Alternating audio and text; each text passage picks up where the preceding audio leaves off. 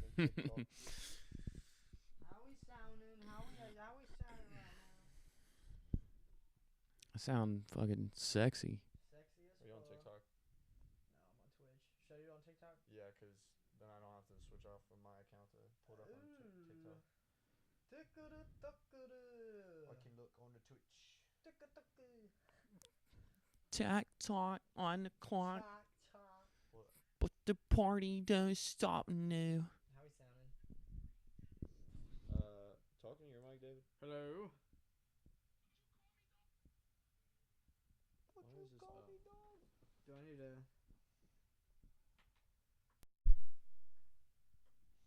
Dude, what if we had the guys karaoke live? How is yours coming through? That'd be fucking interesting. Check.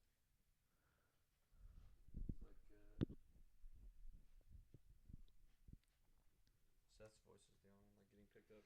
That's because mine's the most important. Just because he said his voice was sexy, now the mics are like, okay, listen to this guy. Yeah, I'm very quiet.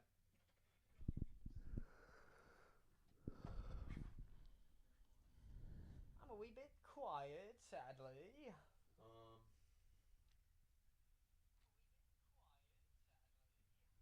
That's how I sound. This is all the way up. How do you sound, Seth? I sound sexy as fuck. Schmeckshy. This is Look, bro, his shit is fucking going completely I'm through. louder than hell.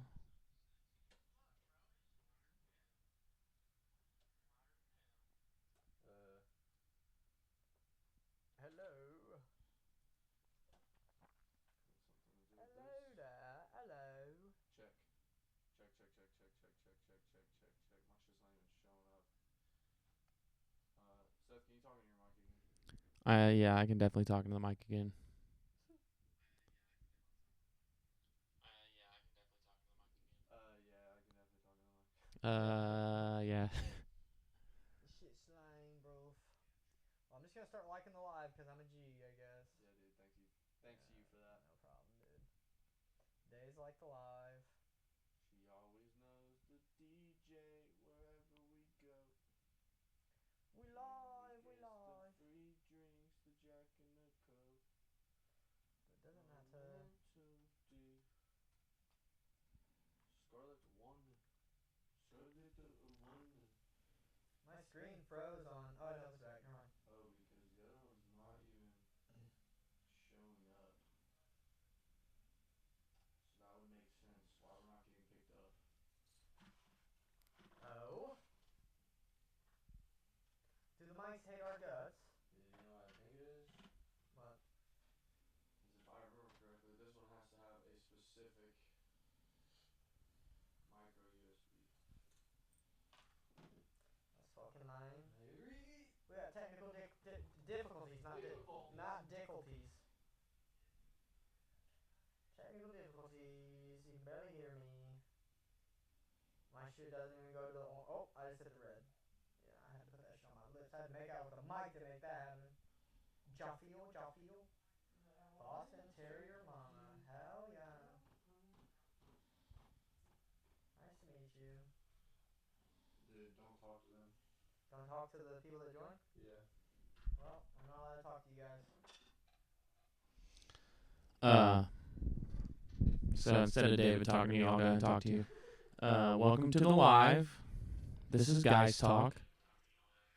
I think they're hearing me in David's mic as well. Yeah. Oh, fair. Yeah, dude, my shit is quiet. Guess we should have called it the quiet question. I say it's a cardioid, like directional mic. Check. It's supposed to only pick up mainly in front of it, but Oh, wow. human technology is never perfect, so. Dude. Such bullshit. Yeah, go fucking. Is it fucking? Can I see it? No. Wait, dude. Yeah, look at that. That's the shape of the input. So you notice how it has like a point at the back? Mm-hmm. That's because if you talk into it right here, it's not gonna hear anything. Okay. But like, so the shape goes like this. So it'll kind of hear it right here, but it hears it the most right here. Fair. Okay. And it literally has the shape on the side of it. Is it on that one too? It doesn't have it on here, That's interesting. but it's called cardioid because it looks like a heart. It's a cardioid mic. Yeah. Okay. Well, As you're harving. true. Like crazy too. I bet we're at least 1,000, right? Or not?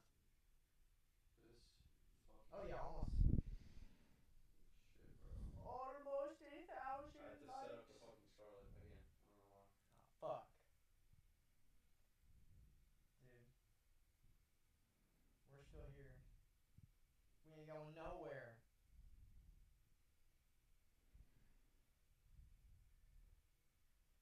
Even though it ain't working perfectly just yet. Juno? Well, that sucks if they're being like that, bro. One error has been found. We're gonna be talking about questions. Fun questions, fucking deep questions. Just questions. Quick questions. Quick questions. Quick question for ya. Slow answers. You know what I'm saying? Yeah, depending on the question, especially. We might as well be the slow bros. Slow bros. Chemtrails. I knew it. John came. Oh, okay.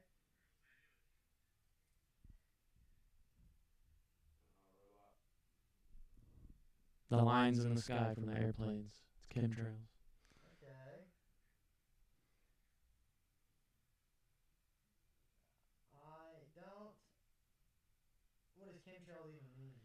Like airplanes are dumping chemicals into the sky, and it's getting on us and our crops and our water supplies and things like that. I don't know how much proof there is for it, one way or another. If there's not a lot of proof for it, I could definitely see it being just covered up. Check.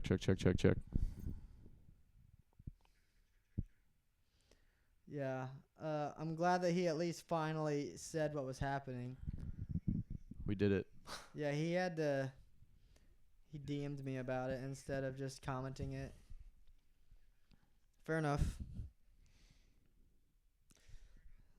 Of course, bro. So according to CNN, they're called contrails, short for condensation trails, and they appear when water vapor condenses and freezes around the exhaust from an aircraft. He said most people know what that is. I'm going to say I'd never heard of it. Never had heard of it.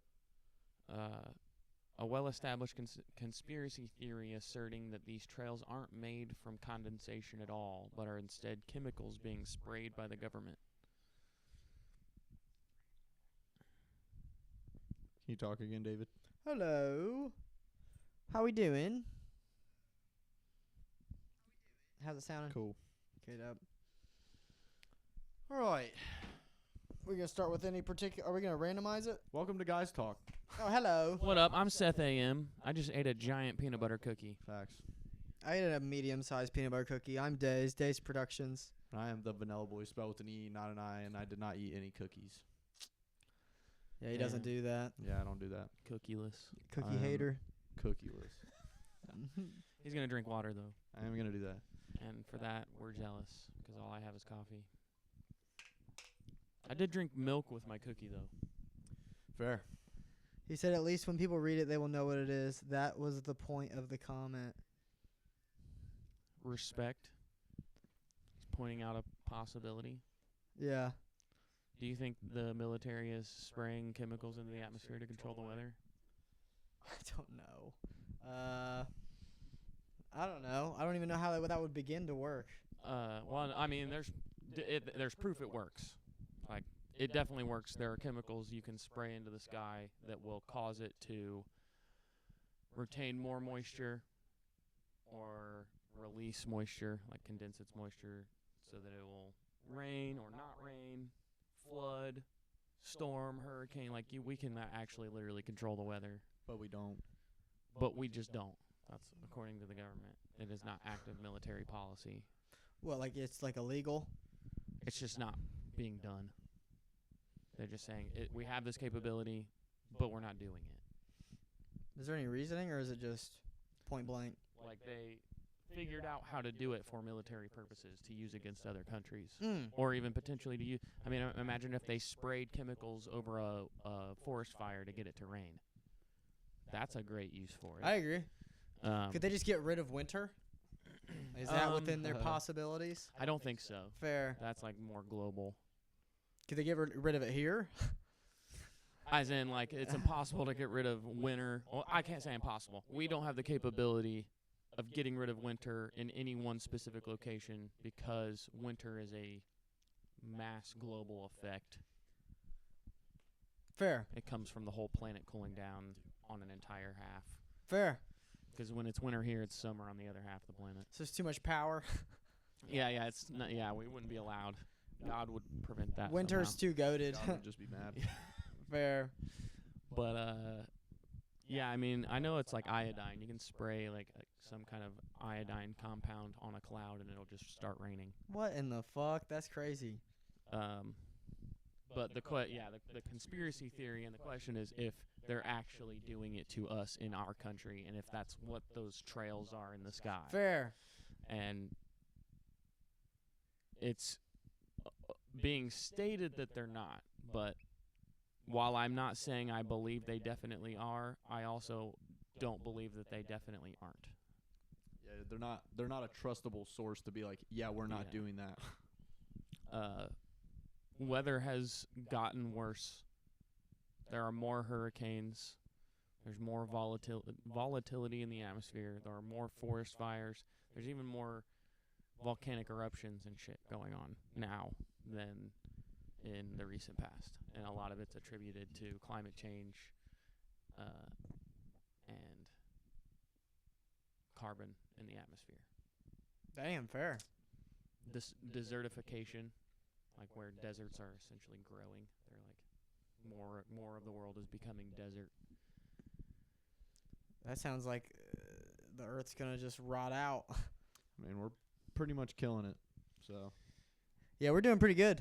Yeah, I mean, and the funny thing is, it'll kill us, and then the Earth will fix itself. recover, Yeah.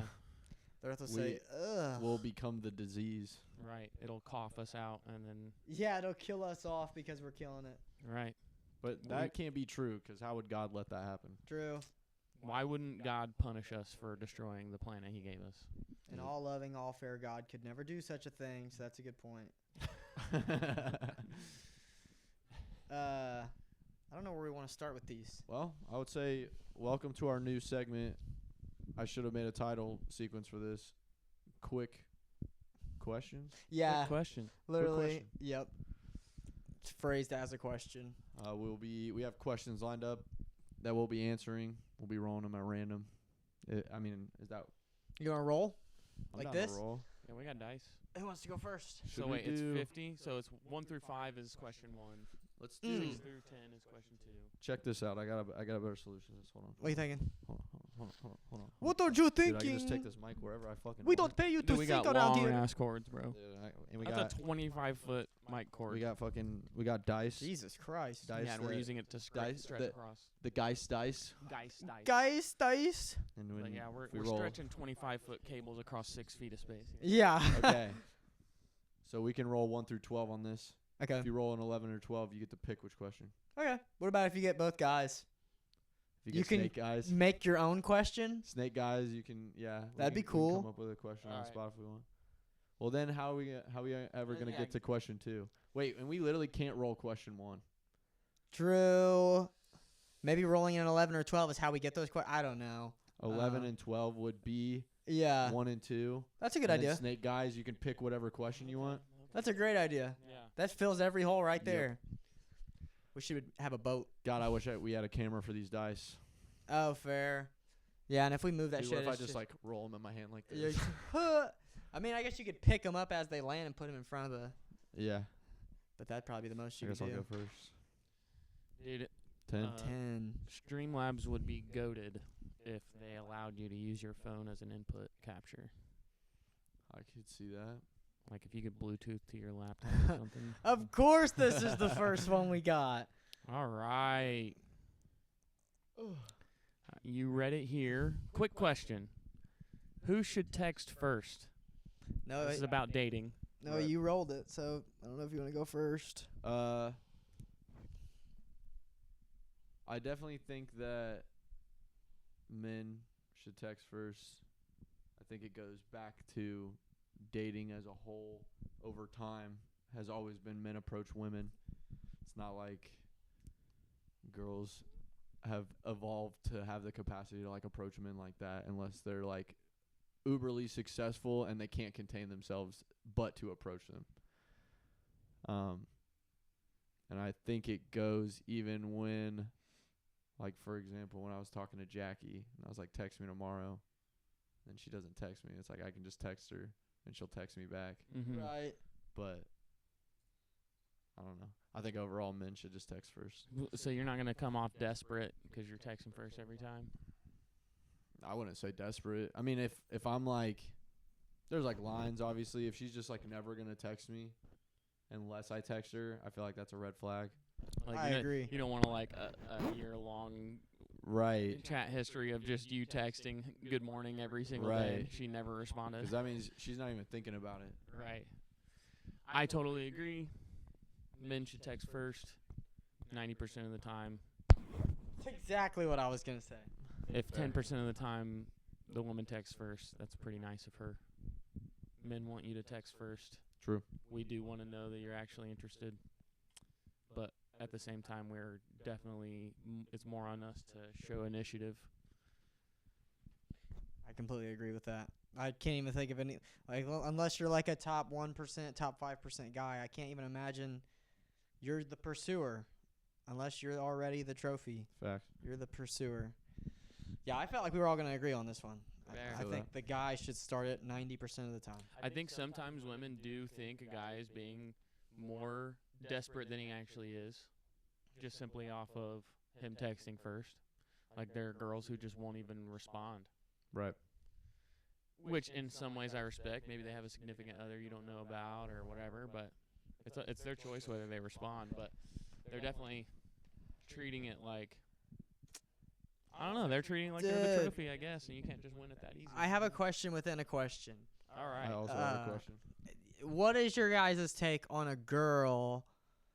Obviously, it depends on the relationship, like how long they've been together and everything, that does not have her man in her profile picture or her cover photo, and she's looking a little promiscuous. Like the She's kind of revealing. like the picture. that I showed yes, you. she Yeah. has a boyfriend. It's not in her cover photo or her Yeah. profile picture. That was wild to me. So the message button is just right there. As far as you're aware, she's available, Right. and that's It's how like if she's. you don't know marketing her- herself. Right. She's giving off. Dude, it's so funny. I saw this girl's profile picture the other day, and it's literally her in a mask in front of a mirror, basically naked. She's like in her underwear. And then I was like, click on her profile, and her bio is like happily married. I was like, I'm sure. Real I happy. don't wanna- how, bro? How? Yeah. So happy to show him off? No. So happy for you to see it in your bio. God. What do you think? Yeah, I mean, social media is a place to engage with people. It's a bridge. Facts.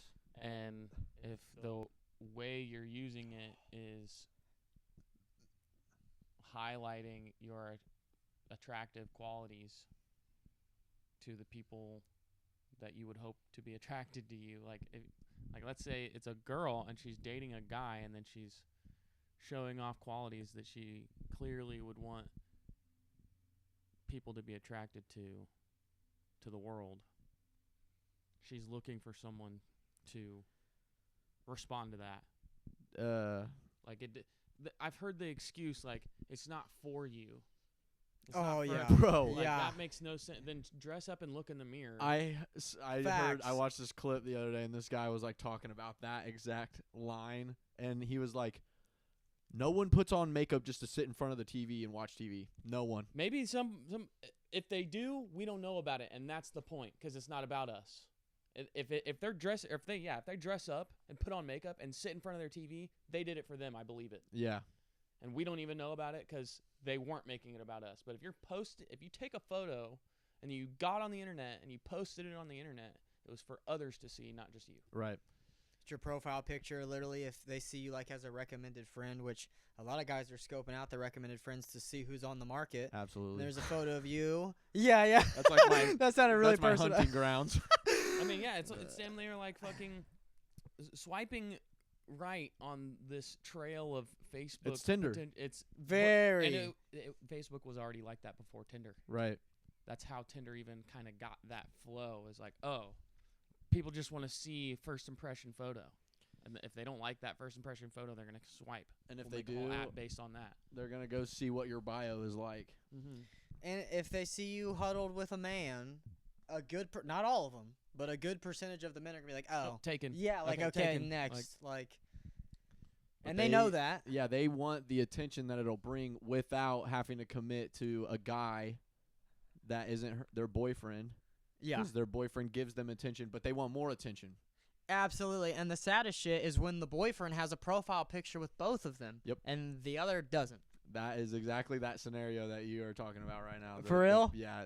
I have seen Her boyfriend has her in his profile picture. Of course. I believe. I'm pretty sure. I know for a fact there is one person in my friends list who does not have their significant. It's a girl who does not have their significant other on any of their banner photos or their cover photos, but vice versa, the boyfriend has, I think, both with her. Red flag. Yeah. Dude, at that rate, with all the things that you're saying, do you think that the wave of, like, girls should not have social media if they're in committed relationships is, like, viable? It's like, I'm not saying ban them, Right. but it's something to pay attention to for your partner either way. Fair. Because it's like, if your partner is obsessed with social media, Sorry. and it's not like you guys post on social media all the time for a purpose. Right. It's not just being obsessed with social media. Right. If your partner's obsessed with social media, getting attention from others, getting likes, all that stuff, it's unhealthy. Yeah. And it's a sign that they're not whole within themselves. Yeah, they're seeking validation through a screen. And that calls into question. It's not even to make it about you. It's they can't really be committed to you because they couldn't be committed to anyone because they're not even whole within themselves. They are lacking something deep inside that they need other people to like all their photos to fill. Well, when it comes to, like, women specifically, Fair. do you think that, like, a lot of their what is the word? Like, a lot of their game, I guess, is, like, being physically attractive, showing that off to men. Yeah. And then it's like what you're saying is if you can have a social media where you want to post things like, what if she's, like, into taking photography of nature?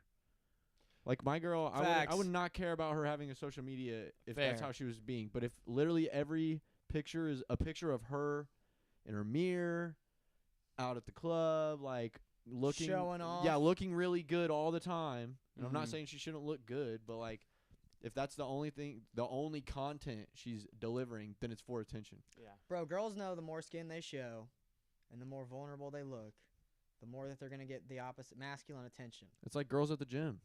Yes, bro. They know what they're doing. Dude. They know exactly what they're doing. This girl got in the middle of the floor, like, in the stretching and abs room, like, right in front of me and David. This was the other day.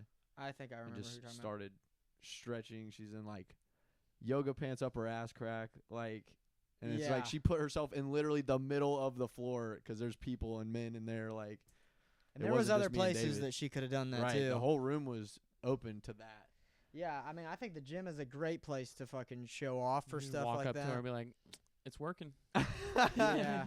Fair. You need help training? Dude. What was the question you were going to ask? That should girls have social medias? Like, Oh, okay. Fair. I mean, like, yeah. the landscape photos or whatever. It was like I said, even about, like, you guys post on social media for a purpose. right. Like, if she's wanting to become a photographer. Nail tech? Yeah. Taylor? Yeah. If they're, like, doing it to advertise their goals, completely different. Yeah. Which I guess, some girls' goal is being a model.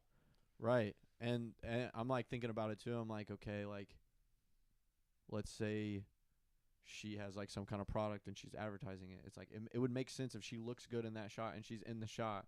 Like wearing the shirt she's selling. Right, or dress. yeah, like I don't know, like Makeup. there's lines, but like when they're just posting their body, Right, they're just just for posting personal. their face all the time. They're on a Yeah. beach trip. They take Right. a bikini photo, change it to their profile picture. Right, It's just them. They look very available. exactly. This is all from Who Should Text First. yeah, Yeah, dude, I think social media is such a different beast when it comes to like male to female dynamics because there's so much petty slightness that they can just easily do out. Like that's why I've been reading what girls share because I feel like it's always like they're completely revealing their relationship status and they're completely revealing like all their baggage. yeah, Like they hate men and they want you to know it, but they also want to find a man to date. But how could you be that man after she just reposted that? I don't know. I wouldn't want to get with somebody who's just posting about hating men all the time, but also hating being single. It just looks like a bunch of red flags to me. yeah. It's they don't actually know what they want, or they're not being honest about what they want. And they reveal all of that to social media for everyone to see. Yeah, I don't think anybody should just be airing out their fucking dirty laundry on social media ever. I don't ever see it being a healthy outlet. It's like people do that shit so that other people will be like, yeah, you're right. Mm-hmm. And then the Dude. people that are like, no, you're wrong. Now it's a whole long argument in the comment section. So they get entertainment out of that. Like, So if there was a post that said something like, nobody's trustworthy around here, stay single, y'all, would that be like a red flag? yeah. Okay, why? I mean, it feels like she's spiteful or whoever is I spiteful agree. to the other. I Sex. agree. It's almost like it sounds like they have an agenda. I totally agree. They want other people to think the same way they do so they feel validated in that. They want to be like, yeah, we should all be single so nobody can be happy. Like, I'm not happy, so. And it reveals so much pain that they've been through Right. and so many probably different relationships that they've went to feel comfortable enough to just air it out like that. Yeah. And dude, men do that too. Right. Facts. And then you see comments like, if you hate women, just be gay. Oh my god, bro, I've seen all kinds of shit like that. I mean, I think anybody complaining on the internet is looking for attention. They're not looking for I mean, I won't say they're never looking for a solution. Like, there are things. It's like. There might be nobody in their real life that they can like go to. Fair. Yeah, it was like the you know the video I made about like TikTok banning my comments? Yeah. I'm like literally, while it's funny, I was doing it for comedic value. However, if someone genuinely was like, dude, you should send this to whatever TikTok representative that you can find, like that they know about. Like if somebody had actual information, I'd be like, dude, this is not fair. Like, change your standards on your platform. Fair. It reminds me of the EQ comment. Right. Because you were like, oh, okay, fair, I hear you. Like, Yeah. yeah, you heard it out. You weren't like, oh, you're not just dogging on me as soon as you get Right. here. It's like constructive. Yeah, I agree. He was trying to give literal advice. And it's, it's really funny. We were just talking about this. You get what you give. I Mm. just did that to somebody. Oh, I yeah, you literally did. went to that guy's video, and I was like, dude, if you use CapCut, your audio would sound better because you can play it over the video. Fair. And now I get people that are like telling me, like, dude, if you did this. That shit's cool, dude. I didn't even Yeah. look at that dude's account either. He went, he must have like deep dove me, bro, because he went all the way to like a video that I posted about good vibes only, which was like, dude, I was still living on 3rd Street. Fair. And it was just like a poll. It was like good vibes only or nah. And he voted good vibes only. And I was like, damn, bro, you saw that far back on my profile. Damn, bro. Okay, I see you. That's cool. That's kind of badass. Yeah. It's like he was taking a genuine interest. Stuff like that, it makes me feel like, because I was like worried about posting this song. Because I was like, dude, I don't know how to mix. The beat kind of sucks because the way it's EQ'd and the Oh, way that they yeah. redid it, like, because they have to cut Drake and all the vocals out. So they have to like fuck the EQ on the original audio to tone all and then fix that from there. And it's like, so then I have to operate in that ground. And I was like, dude, I'm just worried it's going to sound bad. But then I was thinking about it today. I was like, even if it's not the best quality, I'm still showing off the talent that I have in the singing. and like how I can move my voice and the melodies that I'd pick. Yeah, the melodies for sure. And I feel like people can latch on to that. Mm-hmm. And the video. And be like, oh, if you did this, or somebody that's like way more successful than me, if they saw something like that and they were like, if I gave this guy an opportunity to be in an actual setting where somebody knows what's going on, I bet he would make a great song and then give me that opportunity, even if that song specifically isn't the best thing I've ever put out. Yes, bro. So it's like, I just need to do it, get the content out, and then that shit comes along. Yeah, literally, if you're in everybody's face all the time, which you have been for the past, like, 2 weeks on TikTok and YouTube and everything, like, you have not missed a beat, bro. You post every day. You post a different part of the song. I post at the same time. Yeah. Damn near. It's like Pissing a off window the of same like people. an hour. Yeah, bro. Dude, did you hear what I said that comment was earlier? What was it? Dude, there's a guy that has come back to 4 separate videos and commented on my shit. And today he said, I swear to God, if you post again, I'm going to crash out. And I was like, dude, why are you that upset? You are the reason that I keep showing up. Yeah, and he feels the need to comment every time, and then he wonders why it keeps popping up. Right. I saw a post today. It was a video. So back in like fucking Victorian era type shit. I saw a post. Okay, there's a video. Back in Victorian era type shit. There was like this trumpet-shaped contraption that they would lock around someone's neck and then lock their fingers in. They can't move out of it. And they would have to walk around town with a guard guarding them, like making sure they're just doing their thing or whatever. And people like throw tomatoes and shit at them or whatever. The people are just getting entertainment out of this person doing this, and it was to signify that they had been deemed a bad musician. And so, no, you're not allowed to just be a bad musician and we're going to move on from it. You're in trouble.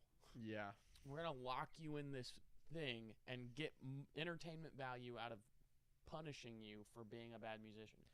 Dude, do you know what that made me think of was the scene in I'm off it. fucking One Piece, where we're like learning Usopp's backstory, and then they're all like waiting for him to come to town and be like, there's pirates, and he doesn't come, and they're all like standing behind their doors like waiting with their rakes and their brooms and their whatever they would usually chase him with, but since he didn't come, they're like, oh. Even though he's like making us run around, they were getting a bunch of value from like just getting entertained that day for that. Hey. Like, that's what the comments are making me think, like, especially that guy. Like, he's getting joy out of that. Absolutely. Somehow. Dude, so, like, yeah, people, like, being like,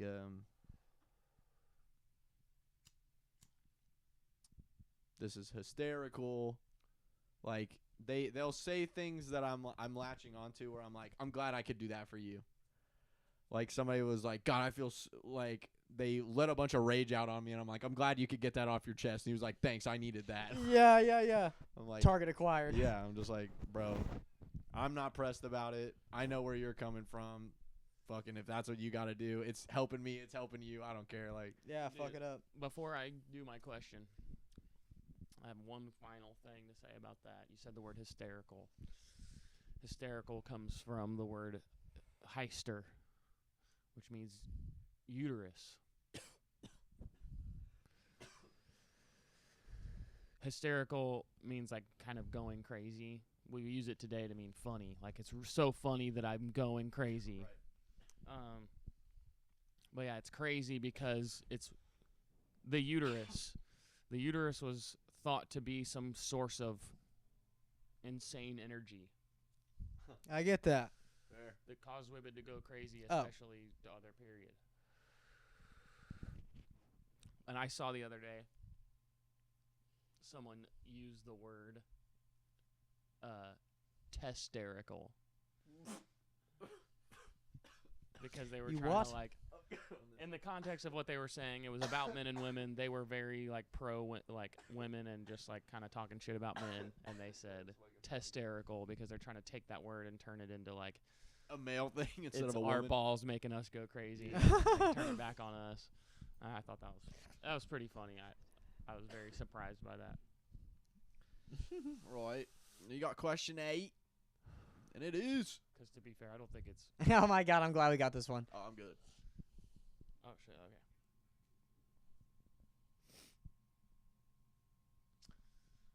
What's a hill you will die? Fuck. Quick question. Yeah. What's a hill you will die on, no matter how ridiculous? Dude, this one's got me stumped. I already know what I'm gonna say. You want to I go feel like first? I know what yours is, but I may be Dude, wrong. there's so but- many hills you'll die on. Yeah, I agree, but I can't think of one that's like I don't know if you want me to be serious or not. I mean, it would it's be ridiculous. I think ridiculous is the aim here. okay. Yeah, you want? Yeah, can I just go? Yeah, you go ahead. Chili is bad. Fair. Dude, I thought it was gonna be food Oh related. I thought you were yeah. gonna say biscuits and gravy. It was second. It Pasta. took. Yeah. It took second. If I had to pick one of everything, Fair. chili is bad. I don't care Dude. how you make it. Chili's bad. Honestly, I've never really liked chili like that. I don't know. Maybe it's the beans for me. Yeah, I don't fuck It's kind with of beans. brothy. It's like it feels like puke in your mouth. Chili sucks. I don't like chili. I like chili, but I respect that. That's not the hill I'd die on. I would not die for chili. So. Dude, I would die for chili. Being bad, like anti-chili. Right. You would die to make chili illegal. I'd be at the top of the fortress wall, just at bowls of chili. Oh my god. That's mine. okay. What's a hill I'll die on, no matter how ridiculous?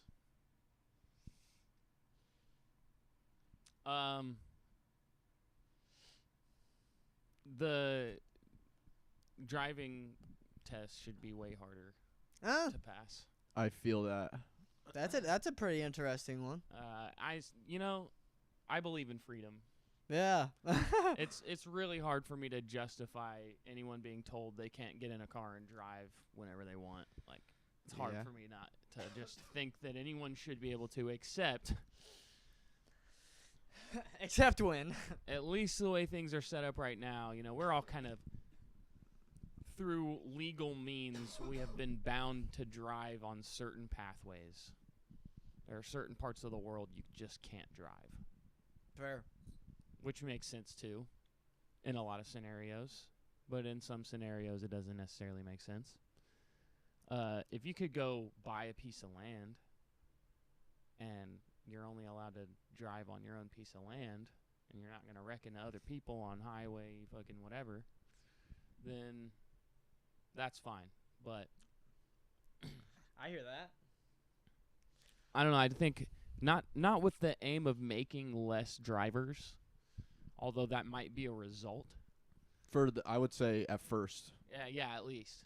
But just the training and education should start earlier in life.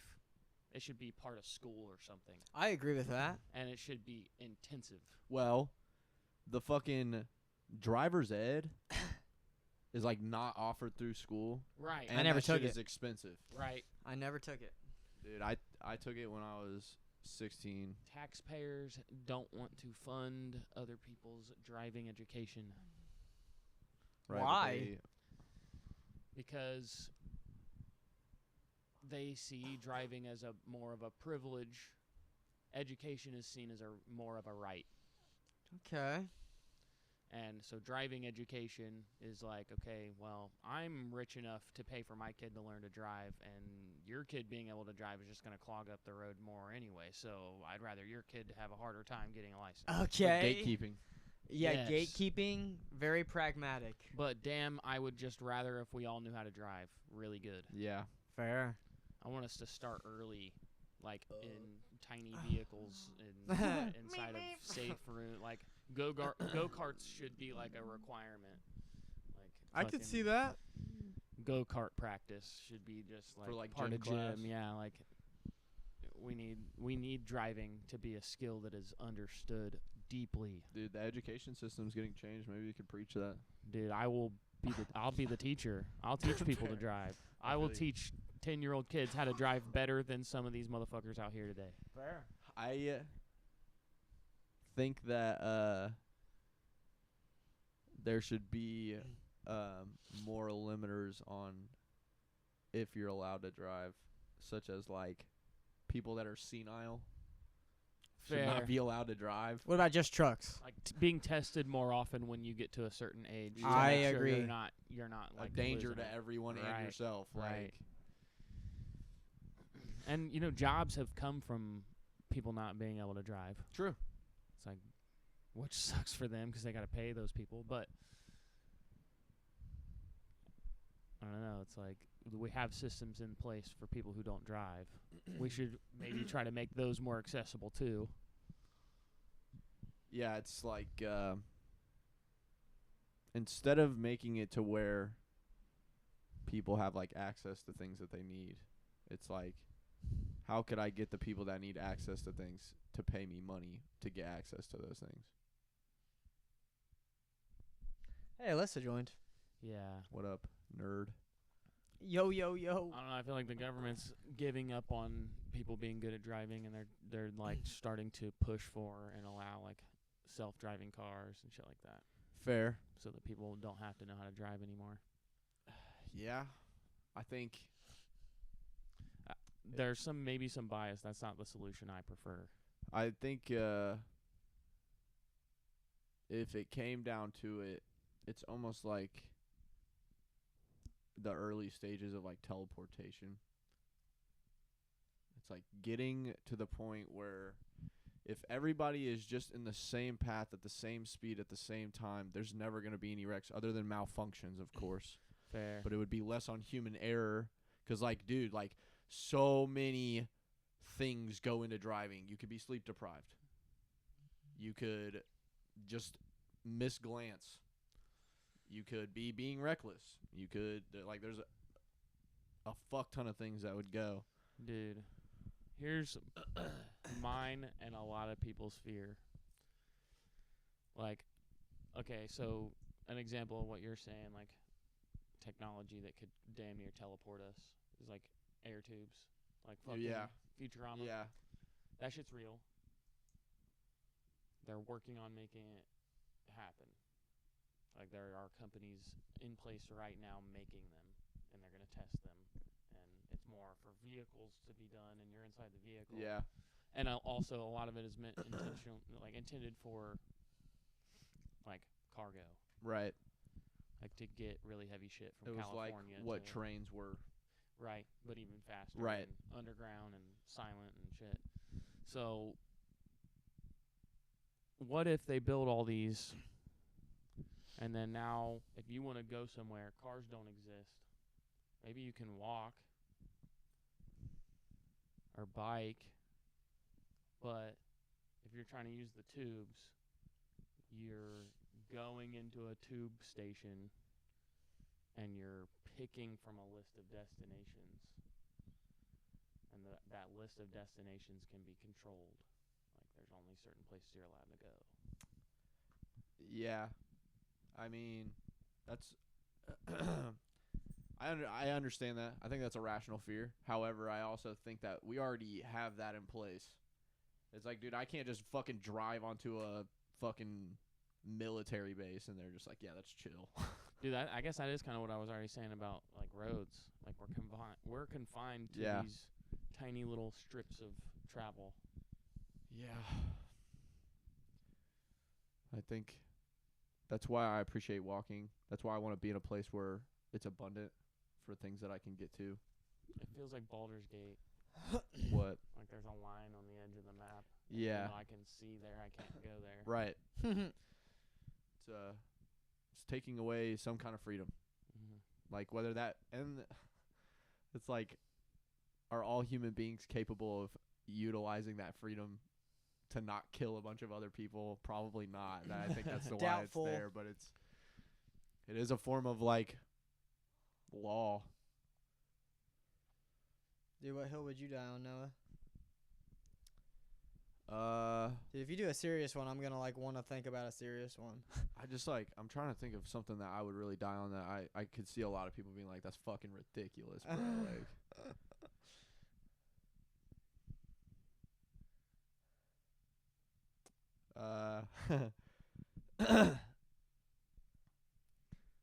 I don't think Drake's a pedophile. Oh, I don't think there's enough evidence to back that, and I will stand on that until I'm proven wrong. I think. you know this is gonna sound really ironic because I've already said like the opposite, but the more I learn about Michael Jackson, the more I think the same thing. Fair. And it's like they could just take his name and drag it through the dirt as soon as he's dead. They planted so much shit, bro. Yeah. But I mean, maybe like I don't know. I've looked into some stuff. I would not say I've put in like an extensive amount of research into that, but I do think the media skews a lot of information, and they will say things that are gonna just get a jolt out of people so that they'll keep watching. Absolutely. Even if it's not the truth, even if they're supposed to be the place that delivers the truth. Slander your name to get as much money out of you as they can. But I think the real hill that I'm actually dying on in that stance is that I think that music should be separated from the artist. I do that a lot. Like, Or I try to. I don't think because Post Malone, like, dude, I would argue with Chase about Post Malone being a good artist. And Chase's argument was he doesn't take care of himself. I guess he doesn't even bathe. Like, look at him. He looks like a rat. And I'm like, why does that change what his music sounds like? I agree with that. So he's either a good like musician or he's not. It doesn't matter what he looks like. It doesn't matter. Like, I still think Chris Brown's an amazing singer, even though he's done some fuck shit. Like, I think Adam Levine's a good singer, even though it doesn't seem like he's written a single lyric in his life. right. I don't know if that's true, but I'm sure he's written lyrics, but I bet. yeah, like, I'm sure he has. I would say most of his top hits he has not written. Yeah, the more hits I or find at out least other not people. by himself. Yeah, he's not even like listed as a writer sometimes. Yeah. Well, fair. Those are good hills to die on. Fuck Chili. Yeah, honestly, that's a good one. I want to get us to 10K likes, bruh. Dude, you want to roll the dice? Oh yeah. Snake guys. Oh. Oh, 8 again. Here, I'll just roll again. 6. Funny, because it was double 4. Fair. Number 6. Ooh, okay. What is bought and Wow. sold? How, Yeah. Adam Levine. Yeah. What's the word? How convenient. Convenient, ironic. Well, I guess convenient would be better. Bought and sold. They're a commodity. Yeah. Yeah, you are a surface level entity used to Appeal Add to the value. masses. appeal. Yeah, give value. Do whatever is asked of you to do. Put on whatever mask they ask you. Put on whatever outfit they bring to you. Say whatever script they give to you. Do whatever they ask of you. It's a person who, like, you're comparing a person to a literal, like, stock. Like, Right. Yeah. You buy and sell gold. You buy and sell fucking groceries. And the thing that's crazy about, because gold and groceries are like timeless values. If someone's a face and they're bought and sold, such as Adam Levine, I'm sure we could come up with better examples. I would almost say, I don't want to say Drake and Kendrick, but the whole situation seems kind of like Feels forced. Very bought and sold. Yeah, it feels like they literally just wanted Drake to be Coke and Kendrick to be Pepsi, and they wanted Drake to be ultimately the bad guy and to lose the battle. And losing means getting less views, because Kendrick blew him out of the water with views. But yeah, they can tweak whatever they want to make whatever they want to be popular when they want it to be popular. Right. They could make Adam Levine the bad guy tomorrow. Yep. They They could- control the radio. They control the media. They control his music. Yes. Say, Adam Levine spotted with a 15-year-old dancing, like blah blah blah. Like they could just do that tomorrow. So do you think there's anyone that is like a timeless commodity? A person? Like Michael Jackson, It's Elvis. the only thing that's tricky about Michael Jackson is that everything about him flipped right before he died. So it's like he's the king of pop. He can do no wrong. He's the golden child. To, oh, he touches children. Oh, he does fucked up shit when he's alone by himself. I don't know. Adam Levine seems like a good one. This dude seems to be the same thing the whole time. Are people still making money off of Michael Jackson? Oh, I guarantee it. I guarantee it. As a commodity, his as a person who is bought and sold, he's timeless. Yeah, I mean, I don't see him going anywhere anytime soon. If that's what you meant by timeless, I would say the Beatles. Do you think it's Yeah. ever possible that his music is just not utilized anymore? That would have to be a No lot. listens, no radio like playing it back, no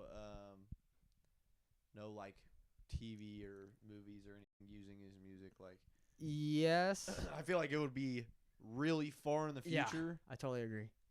but I could see him just like going completely out of it. I think that's anybody though. I agree. I could see. But it getting sampled over and over again, maybe not, because then Yeah. that's just carrying that through. So you know how like whenever people find fossils, tell me if I'm wrong. I believe this is the process. When they find fossils, the way that they find out how old those fossils are by how far they had to dig down, right? That is a part of the method. Yeah. Okay, that's the analogy that I'm gonna use for this. I think dirt is gonna go over Michael Jackson's catalog as the Right. generations go by. Layers. Yeah, but I think it'll be here for a while. Dude, the fact that you say that, it's literally sampling is what makes his music timeless. Because I'm thinking now, like, dude, the amount of songs that I've heard nowadays that are like a sample from like the 40s flipped Mhm. into something completely different, Mhm. and now it's just a new song in this time period. And then I bet that song, if it was popular enough, will get sampled Mhm. and used. So then that original sample is getting sampled and sampled again. They can do so many things with that sample. Right. Dude. I'm the only one that answered. Music. You're the only one that answered. I think. I feel like we all had input. Okay, fair enough. I was trying to think of other timeless examples of musicians like Beethoven. Yeah. Fair. Dude, was he like Justin Bieber at the time or something? I doubt. Maybe. I feel like I don't know. Like, how's he the name that we all know? Was it that It's true. people were traveling far and wide because his name had spread that far? Did he have fangirls, you know? Probably. I think of like Mozart. I feel like Mozart would be Mozart. more Justin Bieber than Fair, Beethoven. fair. I don't even know who Beethoven would be. Who's like a Drake. very paranoid artist who's Uh, in the shadows about a lot of things. Plaza. Yeah, Beethoven would be like Plaza. Deaf, bitter Plaza. Okay, so what is bought and sold? I think we've all kind of been answering, but That's what I was. Fair. That one kind of just blew itself open. I don't really think. I love that we use that term. I mean, it's like selling and buying a person as a commodity. I would say that the sub question was supposed to be, who would you say as an example? So we fair. could all give an example. I of said that. Adam Levine. The Weeknd. Yeah, The Weeknd's good. Fucking Hollywood stars, bro. Yeah. Okay, I was thinking musicians, but if we're going, yeah, Hollywood stars are pretty bad about that. bought and sold, fucking George Clooney, Fair. I don't know much about George Clooney, but I could totally see it. Tom Hanks. Yes. Yeah. Tom Hanks is apparently on the Epstein Island list. Right. Yeah. I'm like, dude, that shit was a distraction. Like, I feel like, I don't know, dude. I it's so hard for me to like conceptualize that something like that was going on for that long. Nobody knew or nobody said anything, or they died. And then I'm like, okay, if they have the ability to shut information down like to such a degree, they also have the ability to do the opposite thing. And so I just don't know who to trust when it comes to stuff like that. Dude, Epstein Island probably happened. Fair. I would say I'm leaning more towards that probably happened. And that's so horrific. But whether Tom Yeah. Hanks is on the list or not, that's where Of I'm course. like, Right. I don't know. Like, Of course. I get that. But the thing is, this is what we set up. right. These fucking ultra rich people put on a pedestal in front of a camera every day of their life. Their entire like ego is persona, Right. and it's 'cause we fund it. Fair. This is, I mean, it just imagine. It's like Lord of the Flies. They're just grouped together on an island where they're supposed to interact. They're told how to interact. They're told how to operate. They all have managers. Their managers know each other. Like, they're in a fucking ant farm. We're all just watching them and paying for it to keep going and be as interesting as we can possibly make it. It sounds like Hollywood. Dude, And then they end up fucking crazy. Duh. do you think? I hear that. I'm like curious how much blackmail like goes on, like, cause I'm thinking, okay, not to say like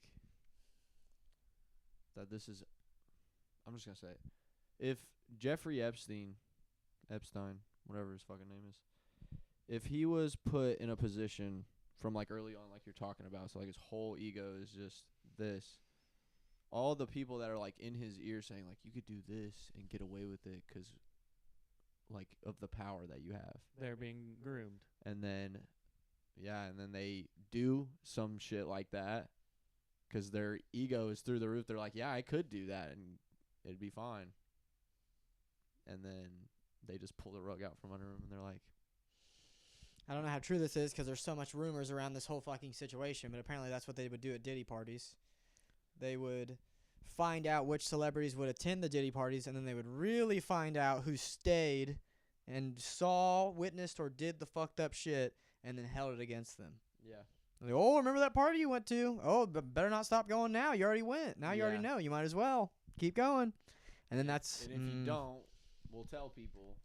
And then that's where like apology videos come out from Ashton Kutcher and Mila Kunis, probably because they feel guilty because they saw some shit. And that's where Marlon Wayans, you guys know who that is, right? Yeah. He was like, I left early, like he couldn't even sit still while he said it. Like it's like he saw some shit, I'm sure. Yeah, But I don't know who's all being blackmailed. dude, and it's like, think about that too. Like, how long has that been going on?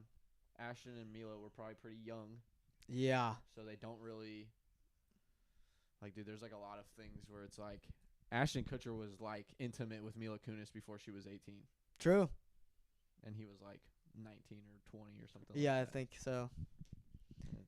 It's just like all those people are subject to that shit. I feel like, Fair. whether it's real or not. Yeah, I don't know how. I mean, I would not be surprised. in Yeah, the I would not be slightest. surprised.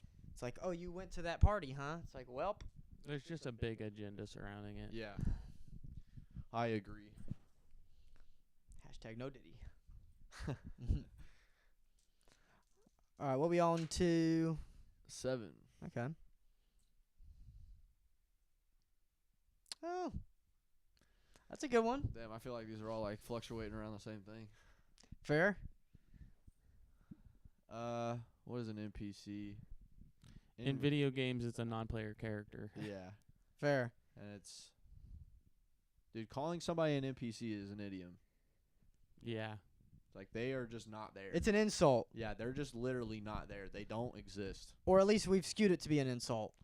It's like the assumption is that they are playing a role in a game where there are main characters who actually have freedom Right.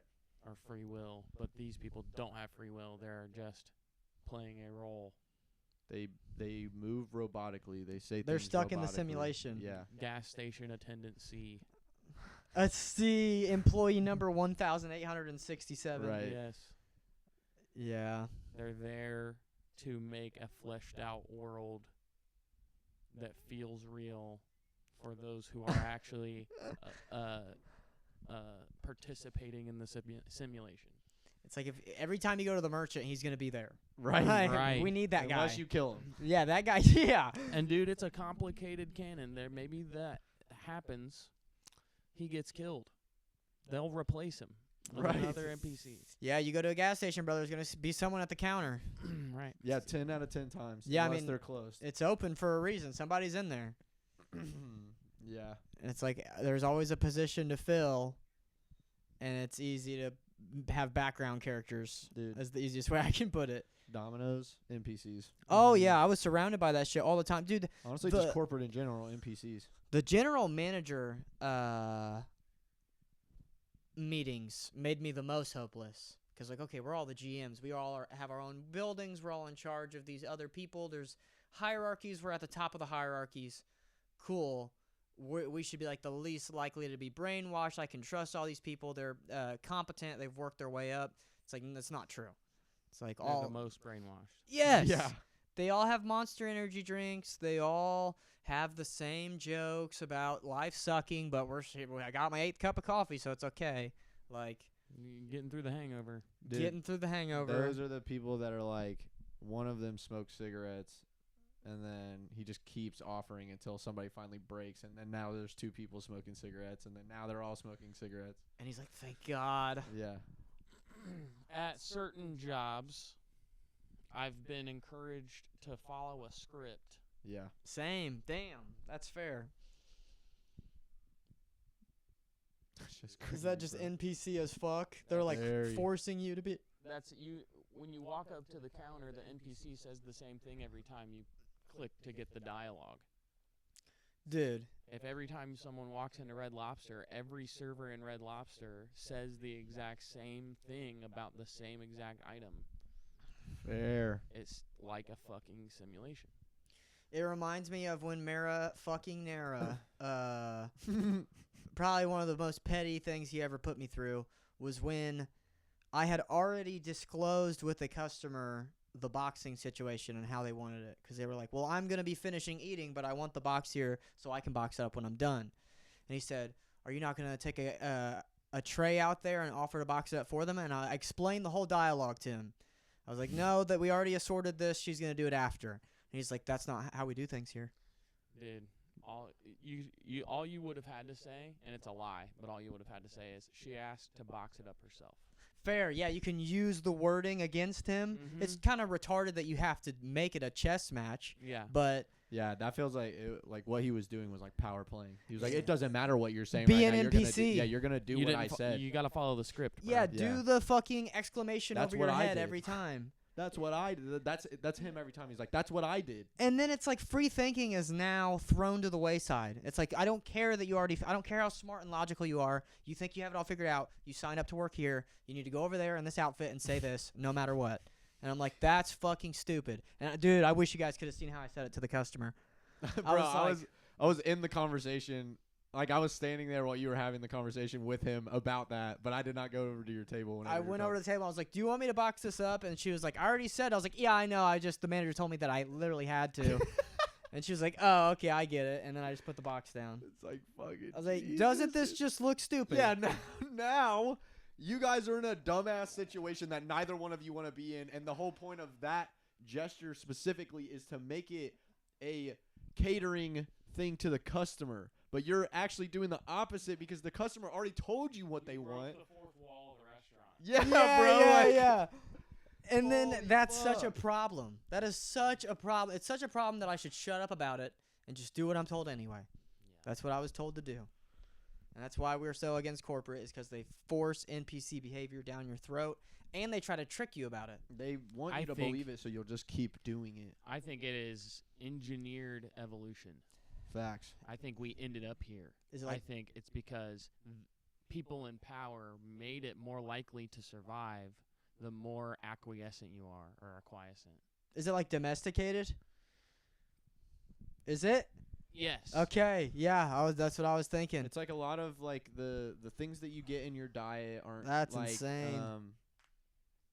Like Kinda make pathetic. you tired, make you like lethargic. Yeah. Pet- But also, anyone with a free-thinking mind is more likely to die or not be successful or have kids. Fair. Oh, because of the risk factor? The people who went to work at the NPC job were rewarded with long-term sustainable livelihood, Fair. kids. Just enough, though, right? Just enough. Just enough. But they got kids. They reproduced. Those kids carry on the ancestral, the collective unconscious, Fair. and are more likely and more generation after generation more likely to be willing to submit to the script, memorize it perfectly, say it exactly, and be an NPC, and so they are an NPC. They've been programmed long term through DNA. And you think about schooling. You put a kid through yeah. schooling when he turns 5. So They're less likely to graduate if they aren't a quiescent. is a quiescent like obedient?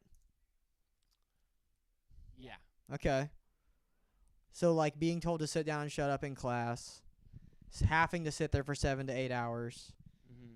You go to lunch when we tell you to go to lunch. You go home and do homework. You think about school while you're at home. Facts. So they literally have this idea of you like having to worry about something in the horizon at all times and being told how to do that. Work.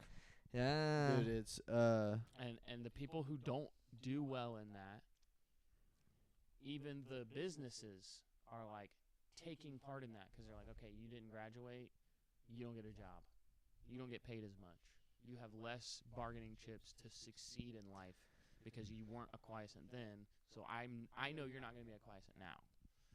And then you don't have kids, or you don't have as many, or they're less successful because you don't have money to help them. You and your bloodline die out. You can't keep up. Free-thinking bloodlines die out. A quiescent bloodlines thrive. We are cattle. And that's why it's so hard to be the, what is it? Is it the wolf? Or the black sheep, I suppose. Yeah, the black sheep in this sense makes a lot of... You will get fired. It's instead of culling the weak, it's culling the strong. What were you going to say, Noah? I was just gonna make the point about like school being set up like a factory. It's like Yeah. literally hardwiring children to be in Bored. that mindset of when they get out of school, then that's what they do. They go, they punch their clock in time because they were getting up at 7 a.m. every single morning and going to school at 8 or whatever the fuck. Like, it's all brainwash. They get them into the routine quick. Dude, and it shit like that, like you're talking about like bloodlines like that dying out, it like worries me because I look at like a lot of the traps that the people that are like have been close to me throughout my whole life are in, and that they can't see out of it, and that some of them are past the point where their ego is too much about it that if they changed it now, they feel like their whole life was a joke and they'd probably just die. And so they're just gonna keep doing it and keep pushing that into like. That'd be very shattering. I mean, it's like it's a level of like almost PTSD. What is going through school and work, fair? like being a part of a system like this is traumatizing, and it's like Stockholm syndrome. Yeah, Fair. Very. And yeah, people will defend it because it's been instilled in them that without it, they die. Or you're just like below society and you can't keep up. Right. Which I guess is the same thing. So you're lazy or you're incompetent or you're riddled with ADHD. But think about this, okay? We're assuming through saying that this is even possible that someone would take the actions necessary to design this system. I think it's very that's very real. I think people that were in power to keep their bloodlines in power have designed a system that has become so massive that so many people just believe in it. That bloodline, their bloodline, not a quiescent. Right. It takes an extremely, like, and I mean genuinely on the extreme level of free thinking to be capable of that. Yeah. It's like shadow integration beyond. Dude, it's terrifying. When I first thought, I'm sorry. When the No, you're fine. It's like when the balance gets tipped either way. When too many free thinking bloodlines die out and the world shifts in this direction of acquiescence, eventually the minority of free thinking people are the most powerful people in the world. And eventually that won't be the people who made that system to begin with. It'll be people who have been subdued. Fair. And they had to find a way out. And they will take over the world. Fair. They will call the weak. They will become the most powerful. Freedom will reign until freedom tips the balance. Dude, do you see like anarchy in the future? Close to it. I feel like it's coming. How soon? I think 10 to 15. Yeah, I was not gonna say like even 5 years. It's like to the point where like so many people are being suppressed, which is ironic because a lot of the things that are being like what is suppressing is the people that are talking about being suppressed. Mm-hmm. And then it's becoming a chaotic shit fest. And all the rules that we have on people, like not being able to misgender somebody is just a rule. Like it's an unspoken rule. It's not a law. People have tried to make it laws. So much of that shit is tried to get brushed under the rug too, because they don't want people to know that it's such a big, touchy subject, even though a lot of people do, because it can blow up into something much larger. Right. It's like I just see enough people getting fed up with that and not enough happening about it for them to get antsy enough to do something crazy like anarchy. That's where it's like where we're at right now is the generation of people who designed this system are dying out Fair. because they're getting old. Right. And the people under them are weak. Is it because they were given an easy time? Right. That's the whole point of even making the world shift the way it did, because if you're eliminating your competition of power, if the free-thinking, powerful people die out because you've made it easier to be a robot, then your kids are going to have an easy time. You have all the power. You can just give them life, whatever they want, and then they're not going to develop. And then it's like essentially right now, it's all the people who are still free-thinking. The boot is shrinking because the people who made the boot are dying. Yeah. And so the pushback is, I don't know, it's just a war, and it's going to shift very quickly the other direction, especially like a billionaire got assassinated. Right. Fair. Like, yeah. The boot is shrinking. The people that are being subdued are starting to go to drastic measures. People don't trust the role of President of the United States anymore. Right. Terrible, terrible people can occupy that role. It's not as prestigious to have achieved such a thing when it's been used the way it has been used. Yeah. So, I was going to say, like, dude, George Washington was like a general. yeah. And they like made him president because of his achievements. And it's like, I don't think presidency is based on achievements. I think it's who's the best talker, Yeah. who has Yeah. the most money. Who gets the most reaction? Yeah. It's a game show. Yeah. Dude, we could run for president. Honestly, I don't know if that's what you'd want to do. there's no shot that they would Feels let me do icky. that. Feels icky. I agree. What's your ick? Running for president? He's a 10, but he ran for president. 5. Who's rolling next? Seth, no. Yeah, Seth. Guys, use this as my face. In the clouds. Yeah. Dude, get real close to the camera. Just my so face.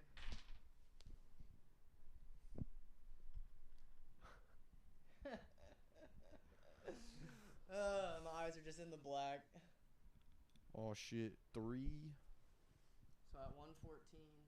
Oh, 3? Yeah.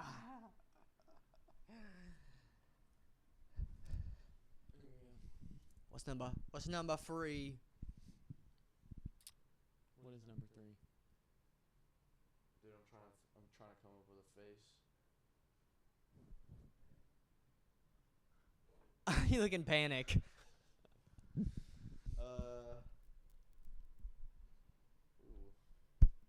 Whose question was this? Quick question.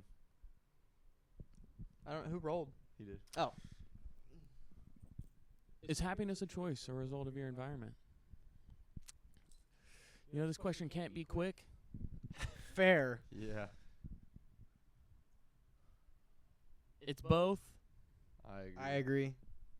but really your environment creates a range of potential happiness, and you could fulfill any amount of that range based on your choices.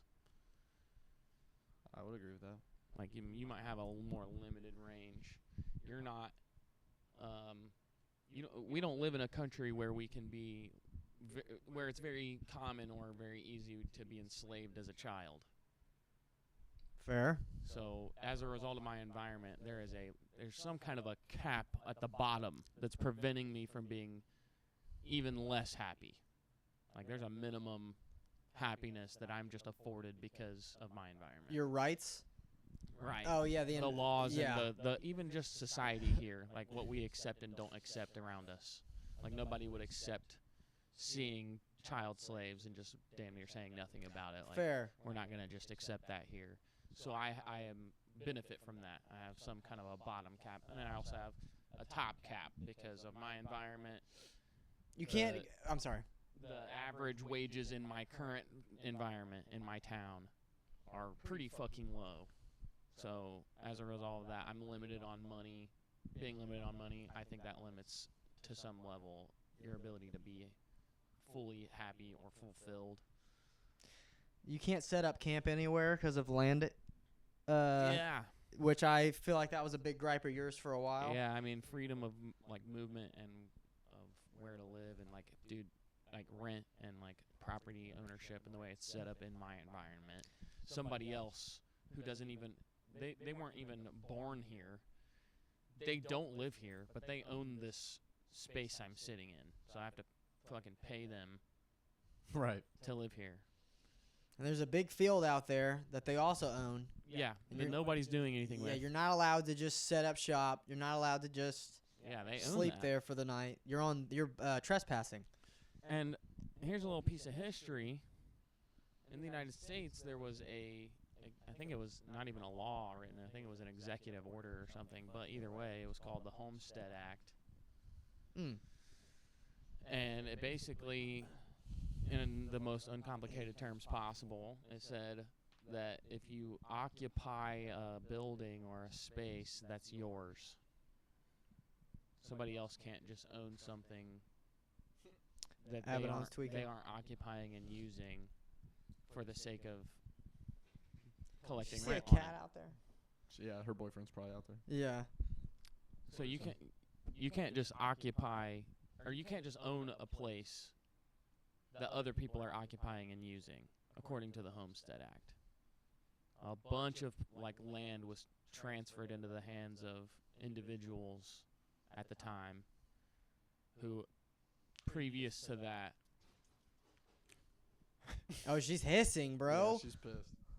Tell him.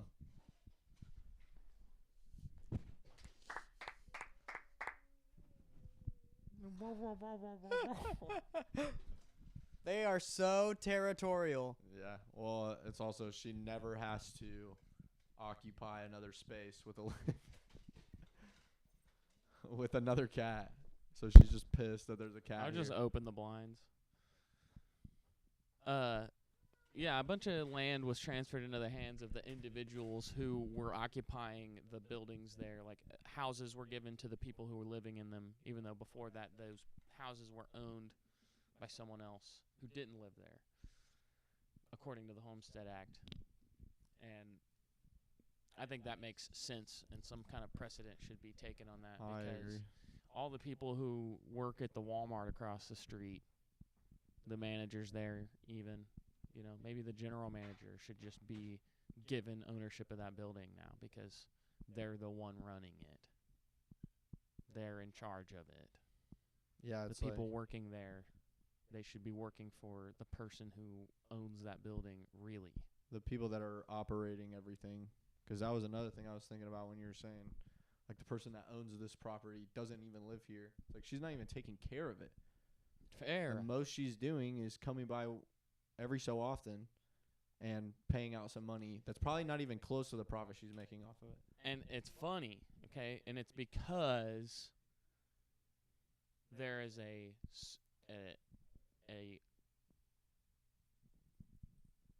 cost that is insolvent within the business model of a property that has a leader at the top who is not the final say and who is not the final cost, like income. Like, that person should be the last person paid. There shouldn't be someone after that who has no day-to-day involvement with the property making money. Right. That money is what it would cost to take care of the property. And if the manager of this property could, instead of giving that money to the owner, reinvest it in the property would thrive. Right. So it's bleeding out. And it's not a solvent business model. It doesn't make sense. It's hurting society. Yeah, it's like the person at the top, instead of building a foundation and then like capitalizing on building on top of that, they're wringing it out for literally every last bit they can get so that they can throw it away whenever it's done. Yes. It's single use. Yeah. And it's very harmful. And it doesn't make sense. And there is legal precedent. A United Senate or a president could use that piece of history, that law or executive order or whatever from the past called the Homestead Act. And there's another one that's called eminent domain. Sounds like a spell in Baldur's Gate. The United States government has eminent domain. If they wanted to, if they decided to, they could offer the owner of this property a fair price to buy the property, and she could not deny it. She could argue in court that the price isn't fair and try to get more. But once a legal decision has been made on the fair price, she cannot deny it. She can't. I can't remember the word. She can't refuse. Right. It's a power play. Yeah, and that's what they used to make the Homestead Act happen. They're like, you don't live there. The person who does live there, they're the actual owner. Eminent domain says we're allowed to make that happen. Boom, it just happened. All of a sudden, a massive amount of land transferred hands, and it was really, really good for the economy. Huh. Really fucking good for the economy. Fair. Rent is bad for the economy. Yeah. Rent creates unproductive people. People who don't have to work. They're not producing anything for society. They're living off the dime of a productive person. Fair. That's what rent is. Fair. Dude, on is happiness a choice or a result of your environment? I think the idiom of like you are what you surround yourself with Yes. is like huge. I think most people are scared of like getting away from people, getting away from jobs that which involve people that they probably don't like, situations that they're in, places that they're in, and then they wonder why. And it just like creates this downward spiral of like they can't get out because they're too scared to get out. Yeah. I'm sorry. I was just going to say, and then their happiness reflects that. Yeah. I agree with a lot of what you said. I think there's a lot of it that comes down to your attention and where you're placing your attention. But So your choice. Right. In a lot of ways, but I also understand if your mom dies, you're gonna have to grieve, and that might fuck you up. But once again, I think it comes down to your attention, where you point yourself, what thoughts you allow to fester in your mind, because you can get lost in a very negative headspace. But there comes a point where you can't have an option to stop thinking about it so much, and some people choose to keep going. Yeah, I was gonna say, like, I've been there. Back to like choice of, like, okay, you said, for example, if your mom dies, there's a level of grievance that goes into that. I agree, but then some people just stay in that grievance forever. Dude, Jimmy, my uncle, after his mom died, that's when his alcoholism just consumed him all the way. That's what left him in the state that he's in right now. Fair. His mom died. He didn't know how to cope with it, and he just went down his only solution he thought he had, which was alcohol, and he just never looked back. And it's like, people can go through that.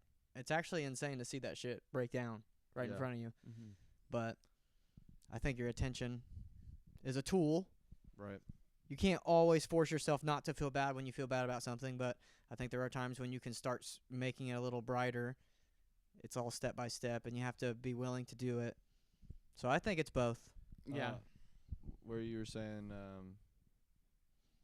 it's about your attention. Do you think that people that go into deep states of, like, grievance,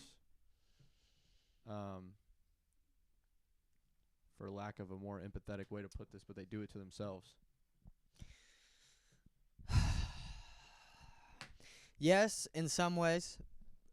The Jimmy one is perfect because I'm pretty sure that's an answer he's been looking for a long time up to that point. So that just sent him over the edge, but he was already on that edge, if that makes any sense. I'm trying to think of a situation where maybe something so horrific happened that it took so many years to process it that it might leave you with some very deep scars mentally. But I can't think of it. It'd have to be, like, ridiculous. Like, your whole family was in the same car and they all passed. Like, I don't know how to properly grieve through that. I have no idea. But yeah, I agree with a lot of what you're saying. I think it's the baggage that you're willing to deal with or throw to the side. I feel like your mind's powerful enough to decide. There's a book, I think it's called The Question of Meaning. It's by Viktor Frankl. He was put in the Holocaust. I'm pretty sure somebody was trying to get him to leave the country because he heard about it. I think he called their bluff, and he bit the bullet for it.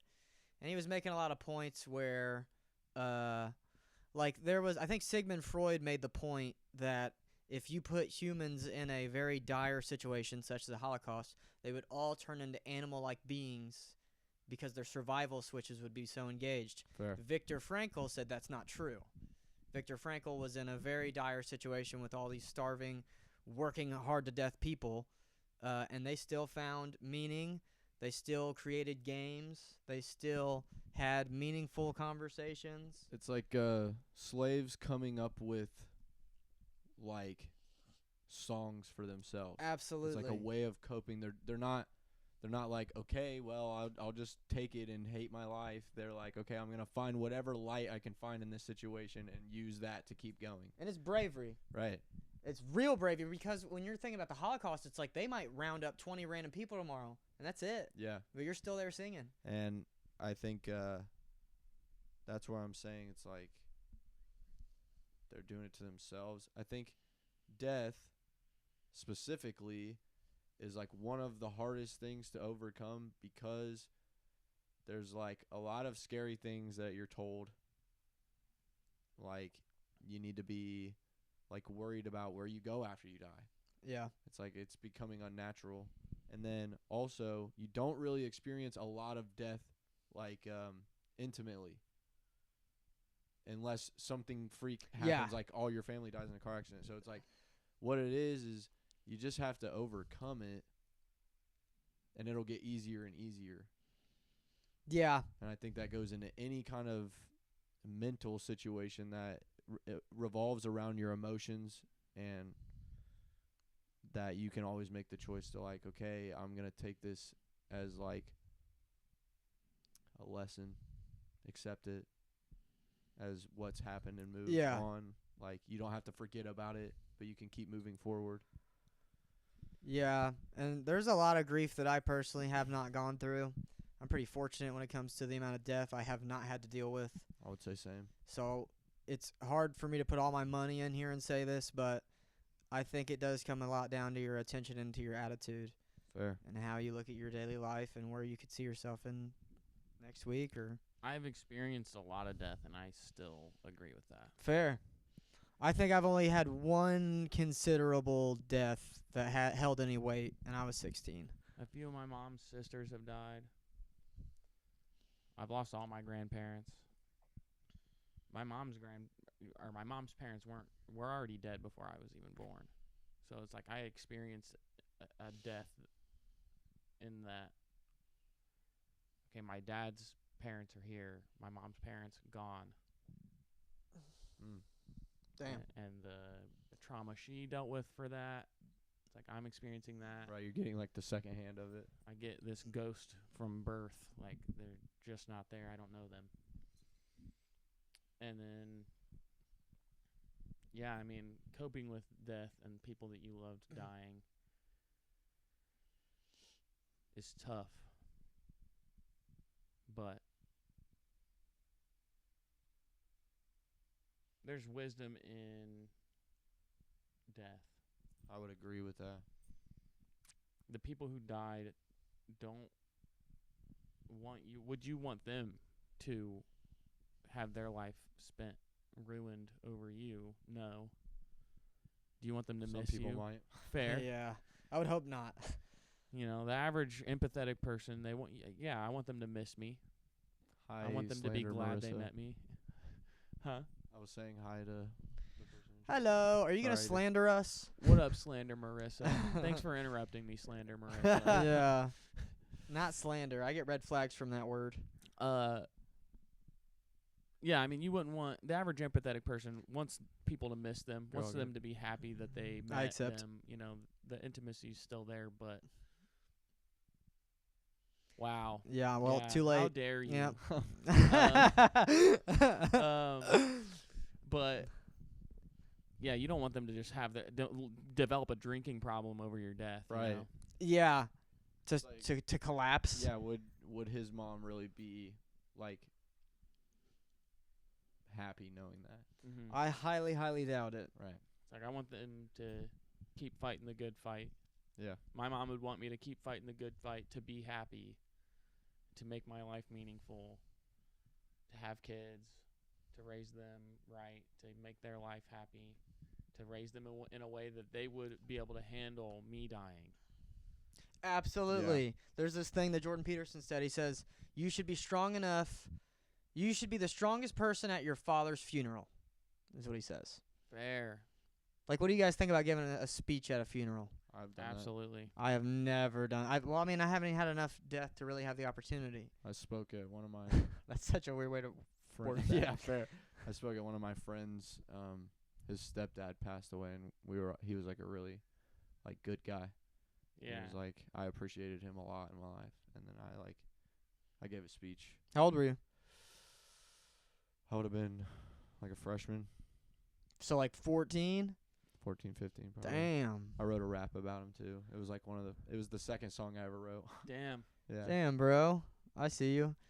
Bro, next time I have like a close family member die, I'll let you know. Yeah, yeah. All right. It's like, here's I my know chance. this great speaker. This is my Put a- chance. Put a suit on. Put a fucking podium in the front. We'll see if we Thing. can pay you. Yeah.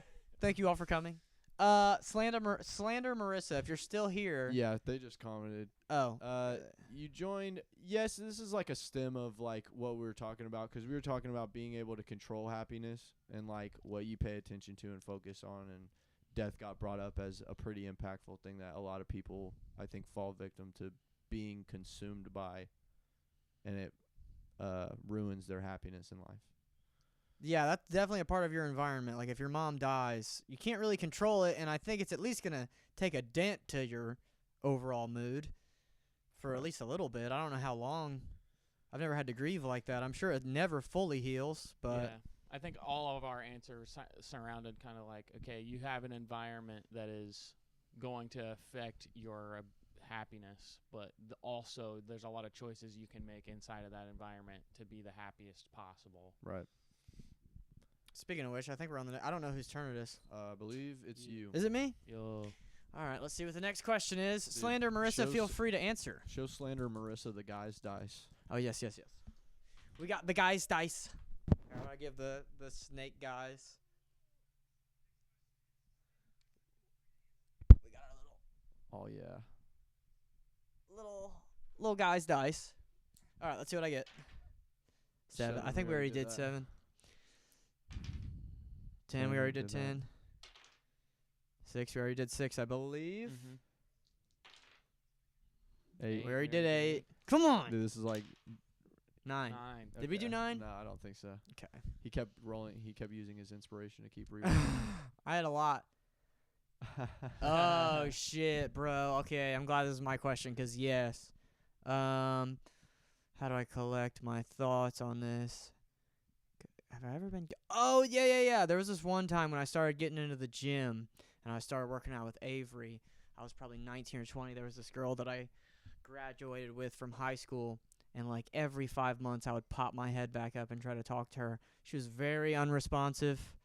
She was very like leading me on. She made it seem as though she was single, but then I found out like after she ghosted me for like 3 weeks. Oh my God, that 3 weeks felt like a lifetime. I bet. Because I was going to the gym every day and I was trying to get advice from Avery and shit because I was so unsure. She was just like, oh yeah, I just deleted my Snapchat for a few weeks. I had some shit going on, and it just showed me how like irrelevant. Like she didn't need to tell me. She didn't need anything. And then she like dropped on me. She was gonna go visit her boyfriend from a different state, which I didn't know she had a boyfriend. She was not acting like she had a boyfriend. I would say that's probably the most fucked up I've ever been from a ghosted story. Some chick I fucking graduated with. Dude, I don't think I've really been like ghosted that much. Like I've had people not respond, but not after developing like any Like kind they of just kind of dropped you out of nowhere. Fair. yeah, like where it seemed like the things were going well, and then all of a sudden they ghosted. Yeah. But I have been ghosted. Pretty much the only example I can really think of is Claire. And you know, the only reason I still think about that is because I do think I had something good going there, and like I just made some fucking dumb moves. Fair. And it was like a lot of it was just Name dropping. I mean, mine was Ashlyn. If we're going that route. Yeah. I mean, you know, I think it was some insecurity. I just was not as developed in dating as I am now, and it was definitely a lesson. Yeah. I made some mistakes. She wasn't perfect either, but she definitely ghosted me after a minute. Fair. Slander, Marissa, do you have any ghosted stories? But I want to hear Noah's. Dude, I feel like not getting ghosted is a skill. Fair. I think being able to retain that relationship until you don't want it anymore I do not. Yeah. is but Never been ghosted. dude, there's one time, and this was like deep in like where I was like I didn't understand what I was doing wrong, but I was like giving way too much. Like I would like there was this girl I was talking to. It's actually a girl I wrote DIY with some help about. But I would just like get drunk and in my feelings and then just like text all these things like that I like about her. Like too much, like just like laying it all the fuck out. Like spoon feeding? Yes, bro. Like I would like type paragraphs. Like Yeah. obsessive almost. Yes. Fair. And it Been there. What it was doing was showing how desperate I was.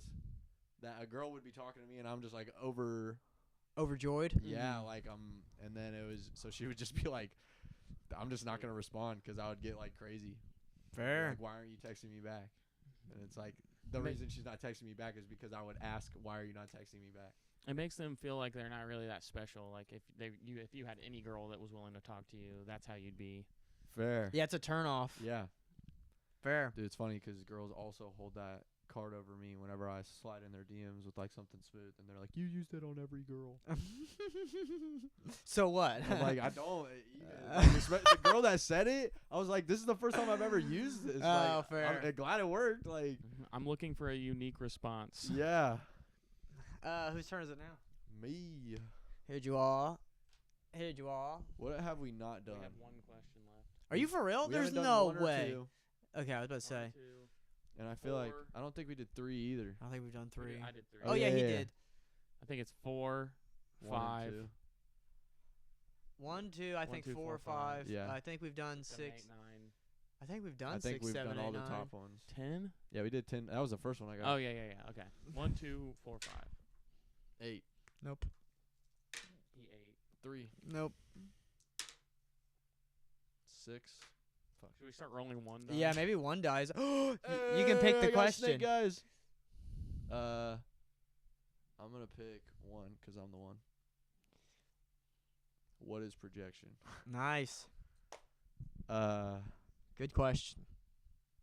it is projection is literally being unable to look at yourself and the things that you might be doing wrong and need to take accountability for, and so you paint everybody else out to be that person that you don't agree with in yourself.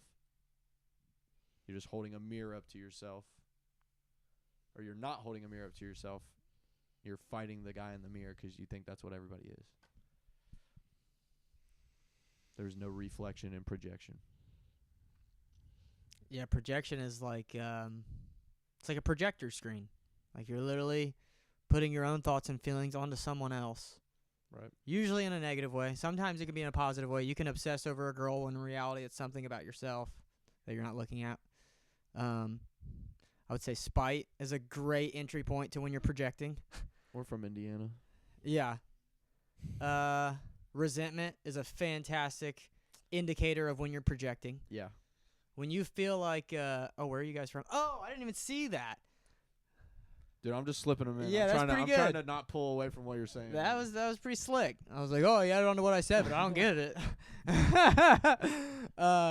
He said, good point, good point. Resentment and spite are my number 2 indicators of there is something about myself that I'm not accepting, and I want to point the finger at either some indirect individual or a group of people. I would say usually that's, for me, when I can tell. Dude, I think being fake Yeah, is a pretty big yeah. indicator of they will project onto you. Like, Facts. like usually when I register that somebody's acting fake towards me, I'm like, okay, now when you come at me with things, you have less credibility of where you're coming from because you're not even being your real self right now. You can't even hold weight to what they're saying. Right. And then they probably think you're fake. Wow, that's crazy. Yeah.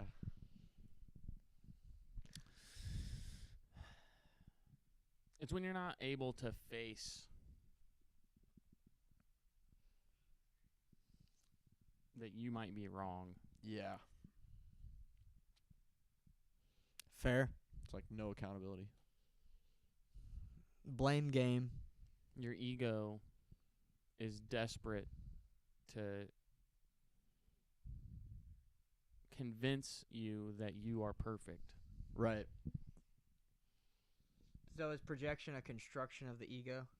Yes. It's to defend itself, to shield itself. Yeah, it's so it doesn't get its feelings hurt. And it's so paradoxical. Not to cut you off, Seth. I don't know if you're done. I'm good.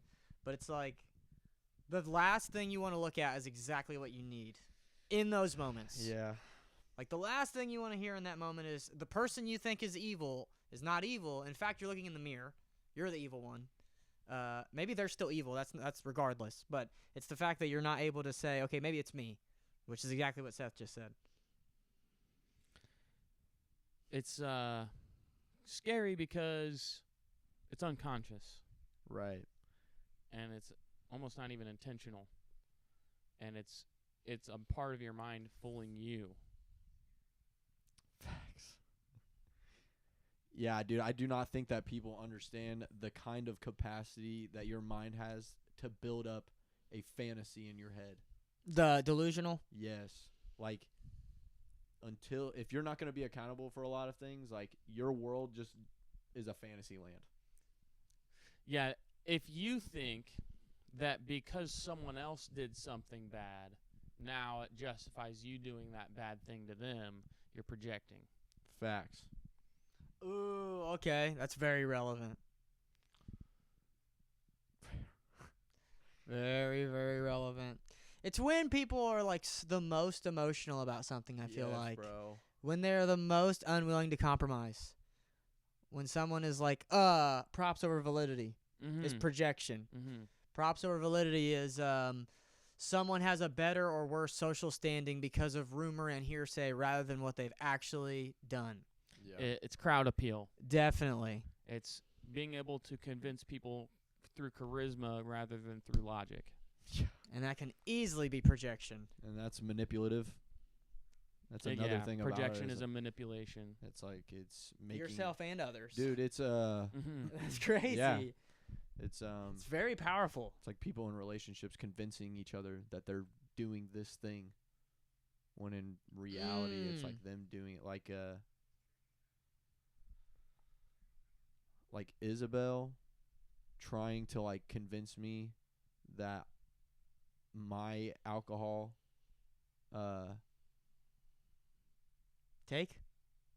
intake, I guess, yeah, sure, is as bad as hers.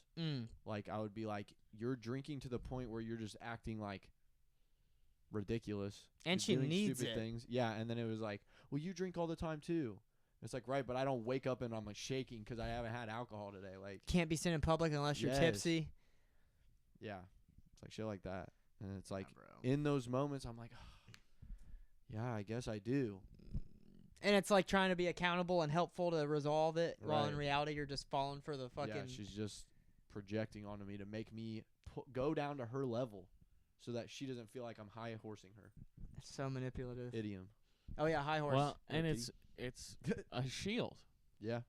She doesn't want to look at her own alcoholism. She wants to feel like it's justified based on what other people are doing. Comparing. Yeah. Like, other people's alcoholism doesn't justify your alcoholism. Facts. It doesn't matter even how bad someone else is. Even in that moment, it's like Noah,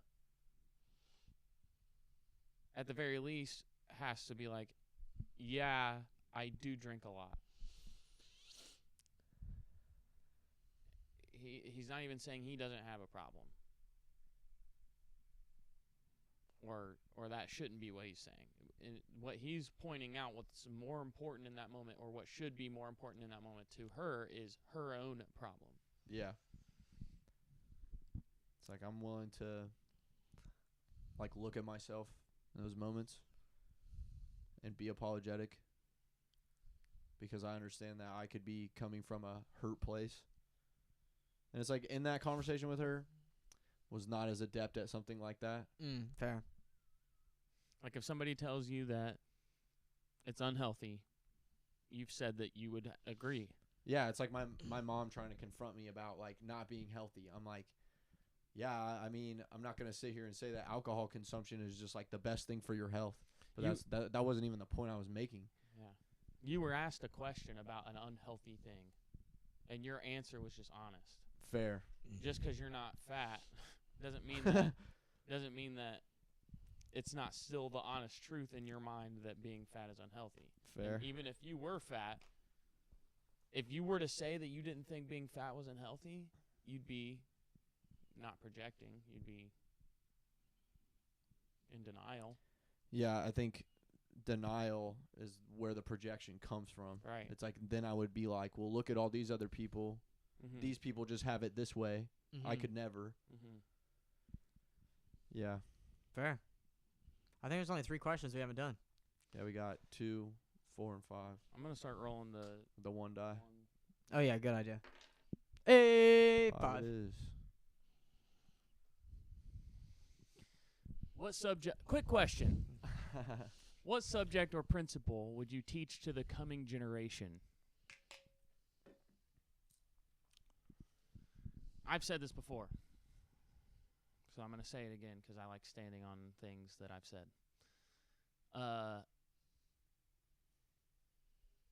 Follow your purpose. Do what you love doing, not what you're told to do. Mm-hmm. Think freely.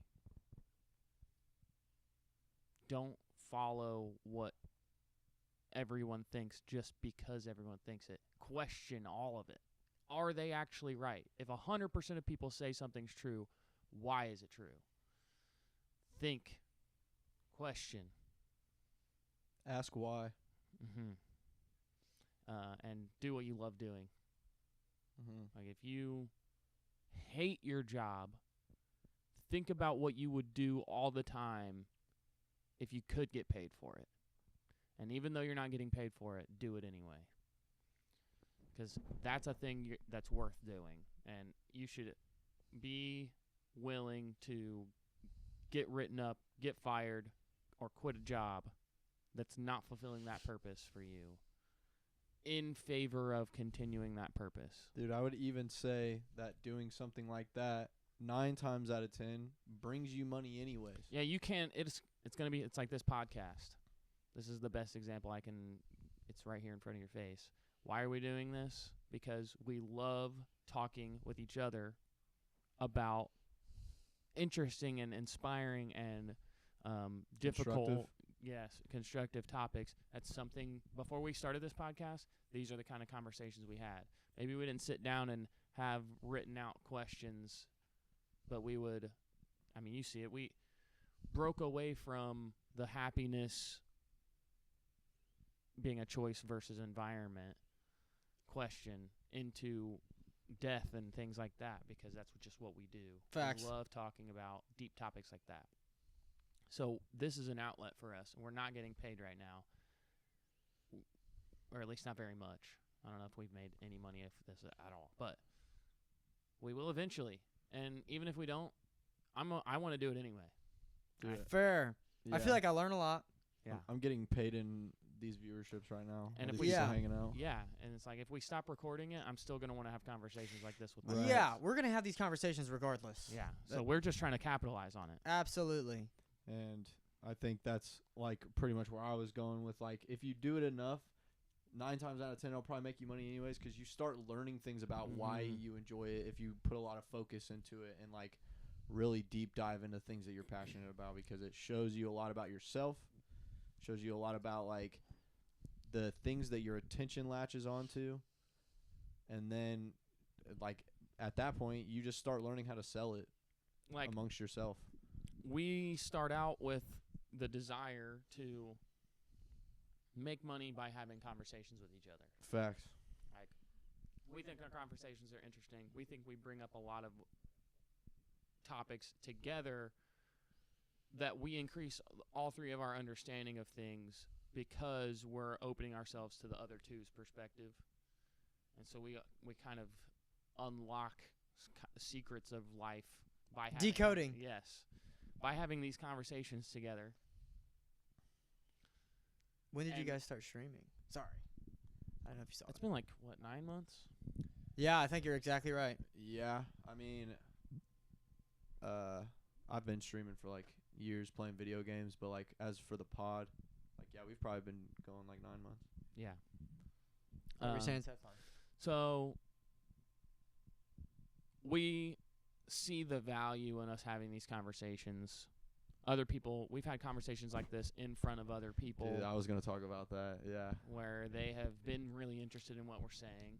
They're like taking part, and the world's scared to have free thinking conversations as of late. So it's kind of a rare thing. Especially if you do it loudly. Mm-hmm. Yeah. We're fortunate to have found friends that we can have these conversations with. We wanted to capitalize on it, and it wasn't as simple as we want to make money off of this, let's just do it. You can't just do that.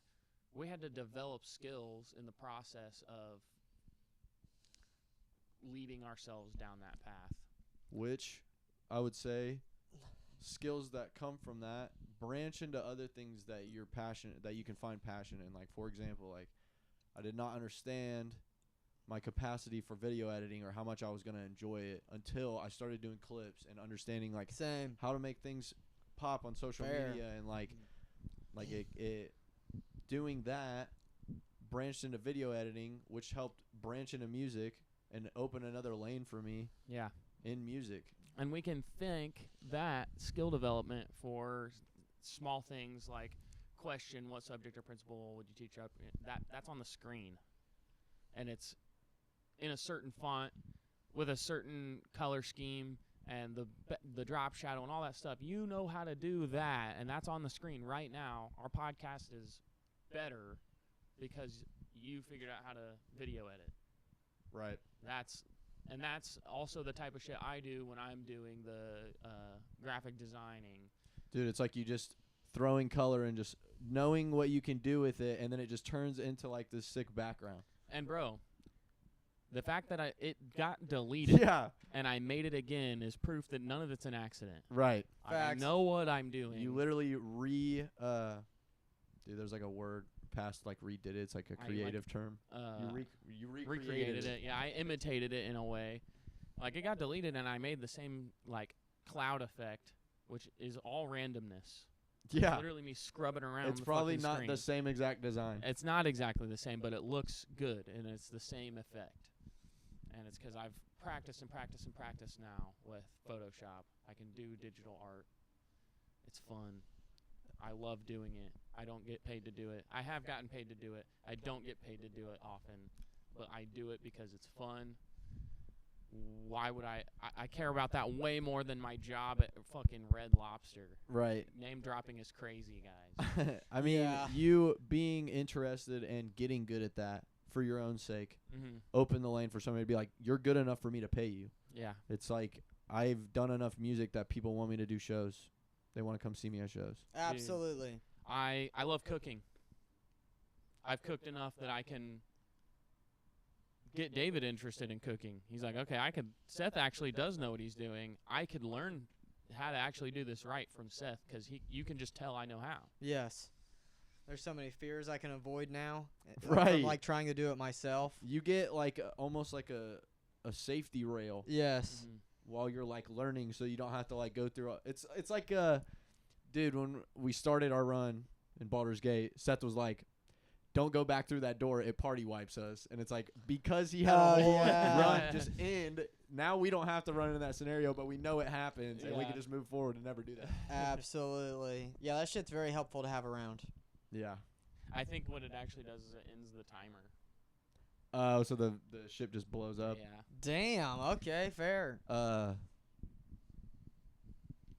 yeah, I just think I would teach the upcoming generation to do what they love. Yeah, I think Fair. I would want to teach something similar, and it would be like, like be yourself. Stop putting on so many filters just because you think people won't like you. Say what you want to say. Yeah, because then you don't meet people like this. Right. If we just only say what we think people are going to like, then the people that we would actually like being around never show up.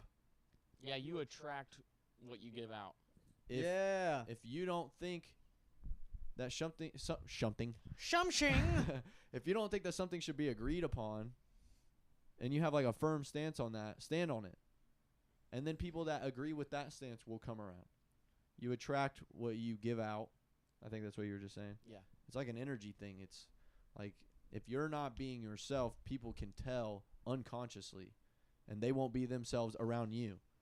So then there's a bunch of people not being themselves around each other and wondering why they get stabbed in the back or Right. something ridiculous happens Bro. that they don't like. I was having this conversation today with Amanda. Name dropping is crazy. Just that it's taken work to have a friend group. She was saying I have amazing friends. That is sick. I love to hear Yeah, that. that's fucking crazy. And I was just trying to like point that back at her because the fact that she'd say that and just the way she's been and that you guys are even saying like she's got green flags. Yeah, I appreciate having Yeah, she's her a around. treat, bro. No, it's like nobody's perfect. She's not perfect, but it's like, why did I even say that? It's like I'm biased, or I'm worried I'm gonna come off biased to be too supportive of the way Amanda is. It's like I sit here and say like nobody's perfect. I can't come up with like a good con for Amanda. Like she's doing great. Yeah. Yeah, I mean, she's not intrusive. She's not. She's helpful. She's not obnoxious. She's not. Yeah, she tries to be helpful and accommodating. Yeah, And I think I appreciate her. you she can sees us. Yeah. Yeah, she sees us for what we are. She Right. sees the ins and outs, Yes. And I think that's another thing. which is rare. I think you being understanding of people and the kind of people you want around you allows her to be in on the intricacies. Yes. It's like I can't let certain people in on what I'm doing on a day-to-day because They'll try to ruin it. right, like Mhm. Let you know how stupid you are for Right. trying such a dumb thing like that never works. I don't tell I'm not like going to my family all the time like, dude, I'm doing this right now, because they wouldn't even be real with me about it if I did. Right. So it's like I can't even let them in. Mhm. And then they're projecting onto me because they're like, he's distant. And it's like, I'm only distant because the way you guys act. Dude. Yeah. Having good friends is a hard work. It's a hard job. Yeah. And it requires a lot of effort. Takes a lot of time. I feel very thankful. Dude, do you think compromise over combativeness? To a degree. Like your approach to resolution. Yeah. I agree with It's like, that. where can we all meet in the middle? Mm-hmm. Like, so many people are against everyone. And it's like, if Trust no one. Yeah, and if we would just be Yeah. more willing to work together, I think we'd have less war because we'd have less things to fight about. I'm not saying that fighting would just go completely out the window. I don't think that's possible. I don't even think it's right. Fair, yeah. I think it requires balance, Mm-hmm. but I think too many people are not willing to compromise, but they're all willing to be combative. Yes. Fair. So that's it, like to sum it up, what you would teach the coming generation. I think how to be I want to. That was gonna sound like super jaded, like how to be like a part of humanity. Okay. Like cooperate. Yeah, being able to be yourself, being able to cooperate with people, being able to like understand where people are coming from and empathize, understanding where you should stand on the things that you believe in. Active listening. Yes. Critical thinking. I just think too many people don't even get taught things like that because the people above them teaching them never got taught that. Mm-hmm. So it's just a dead skill. Well, it's not dead, but it's dying. Something I notice. What's the word? Not extinct, but they're endangered. It's an Yes. endangered. Something I notice in the way I was being taught is like things like active listening were just being thrown at me, and that's just 2 words. Facts. There was no deeper message going on. It was like, you just need to learn how to active listen. It's like, okay, I guess I'm wrong here. I don't know how to do that, though. I don't know what you mean. Well, Like, also, it's like you're hearing all the time. So Yeah. you're listening. right. I just got to listen. Well, I'm listening. But are you? It's like people not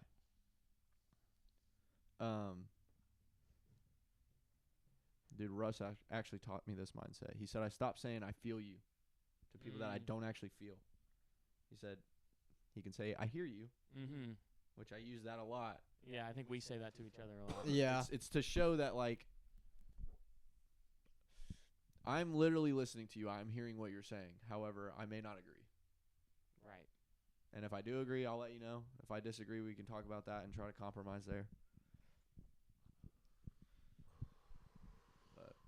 There's a few things. There's a few things that I would want to. No, I can't. Sorry. There's a few things that I would want to.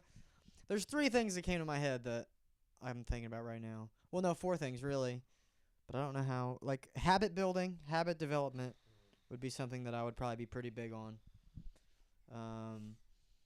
Not only how to do it, but also I would be attempting to communicate, at least from personal experience, how important it is for me and for everything I've done in my life. Language. I would love to teach English, personally. I would love to teach, Sorry, I was just going to say, would you say the importance of language? Yeah, like your due diligence with language. Like finding out how syntax works and how A lexicon works? Yeah, lexicon works, how words are put together, morphology, like where our language came from and how that's relevant. Need water. This one's going to be tough. You cannot teach just anybody this. Maybe you can, I just don't know the right way to do it, but psychoanalysis. Bro. I want to teach. It's a very difficult, wishy-washy, filled with projection topic. It's very tricky to just explain it. Shadow integration. Yeah, because a lot of people, it's weird. When you pull, like, the therapist jargon with them, they think you're attacking them. Because you look at them like a subject, which makes them feel uncomfortable. They feel like a zoo animal that you're observing through a plexiglass and writing things on a notepad about them that might be rude or, I don't know. It's just a very touchy, sensitive subject for a lot of people. Psychoanalysis is so useful to yourself. Facts. Being able to psychoanalyze yourself. Yeah, I think psychology is something I would want to teach the future generations, just how psychology works, the history and the relevance of how you've evolved over time and how your environment and where you were born shapes the way that you see things and how you feel about things and how that's all interconnected and layered. It's just a lot. The fourth thing I would want to teach is fitness. And I mean, like, literally, like, the importance of it is always going to be there, but, like, Wellness. like how to do it. Like, the how-to fitness is what I would want to do. Yeah. And diet. Yeah, like, overall, just health. Like, almost everything I said was health. Fair. Habits, psychoanalysis, fitness, language.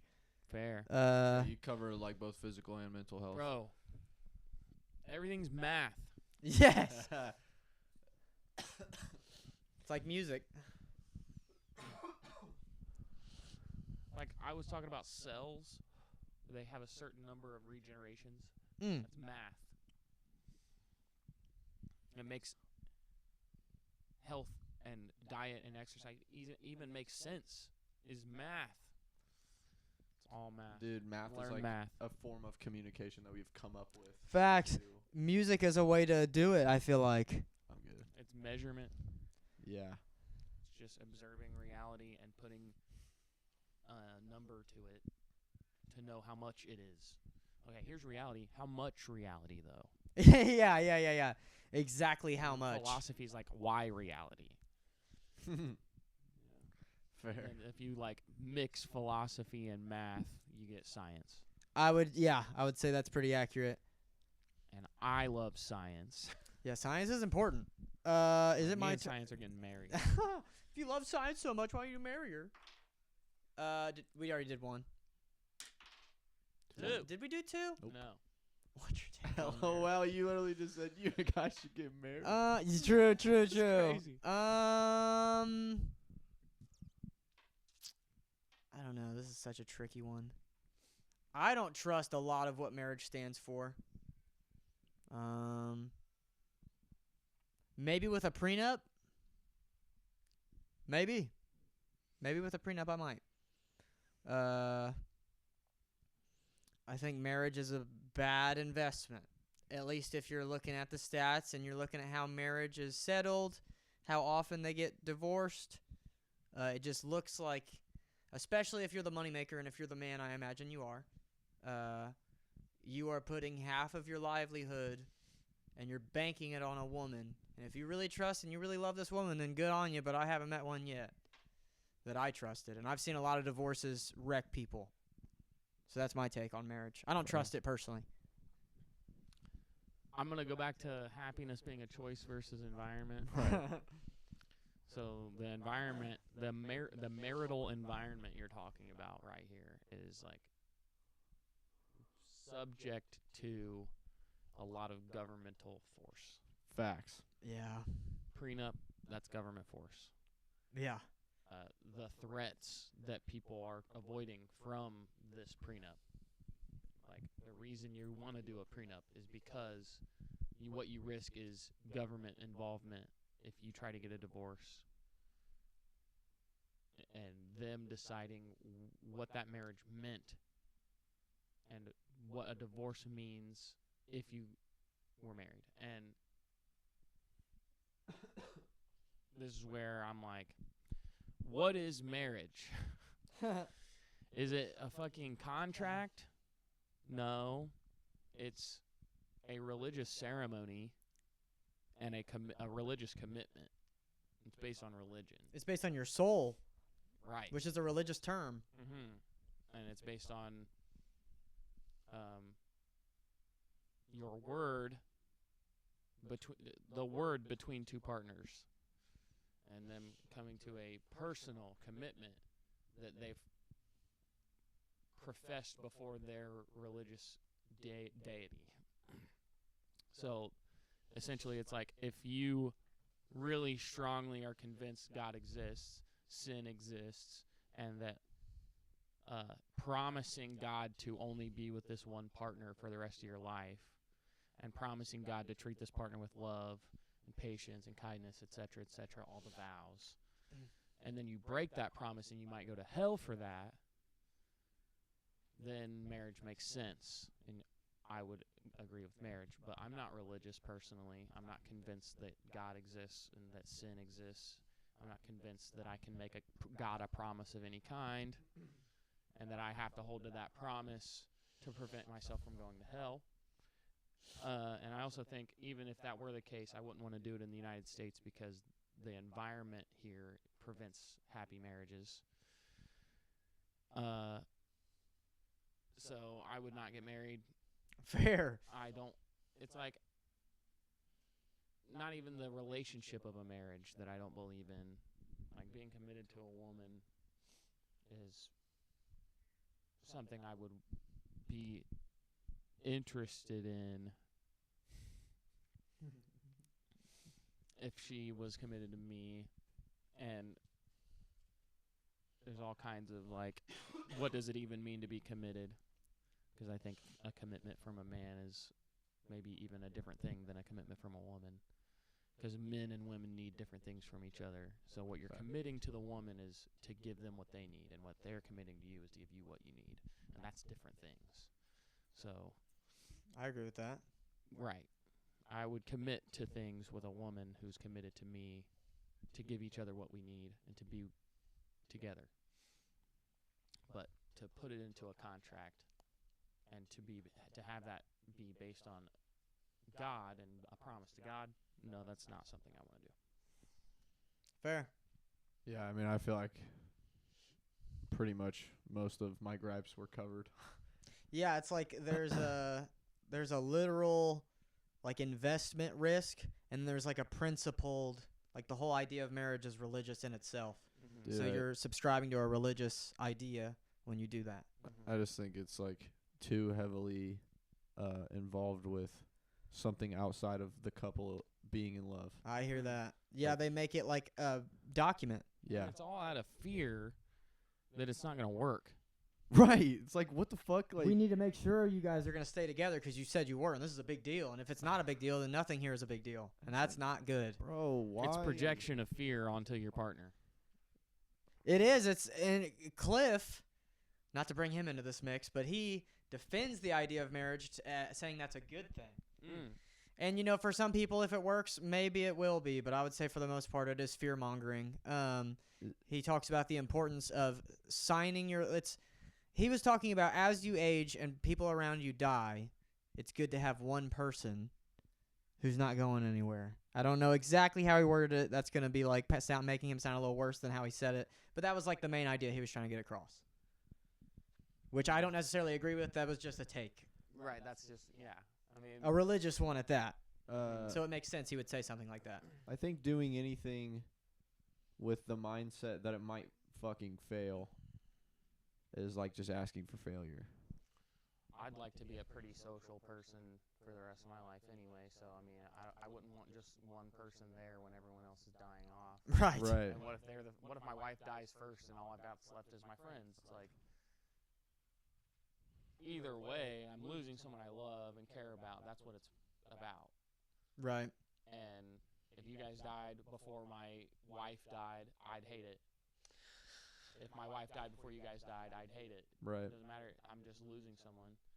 I want to have my friends around me as long as possible. If we all died on the same exact day, that'd be perfect. Dude. Yeah, no grievance. we're gonna like die fighting for like something that we love Mm-hmm. all together. Our little war that we're in. Dude, you guys want to like wreck a plane into a tower? Dude. Sorry, too soon. Which one? Well, are there two? We only have one question. Do they like look the same? 9/11 jokes aren't funny. We got one question left. Dude, Oh. first of all, before I do this, Number 4, I think. Well, Right. well, there's only one question. Oh yeah. I'll you're roll gonna it just till because you get I'm the four. gonna roll it just because I'm gonna get the guys. I'm lying. Aw. And then you got to pick 4. Yeah. Dude, it's 4 on the dice. Oh yeah, true. Between both. My hair is like hella blue in these lights. And Yeah. I Facts. fuck with that. And it's like got like blonde. Like We I don't all know. have kind of like a the Yeah. blonde of my hair is getting some blue in I it. think I that got a shit blue is hat. fire. Yeah. Oh, what a good question to end it on. What? Quick question. Yeah. What advice would you give someone pursuing their dreams? Oh. Whoa.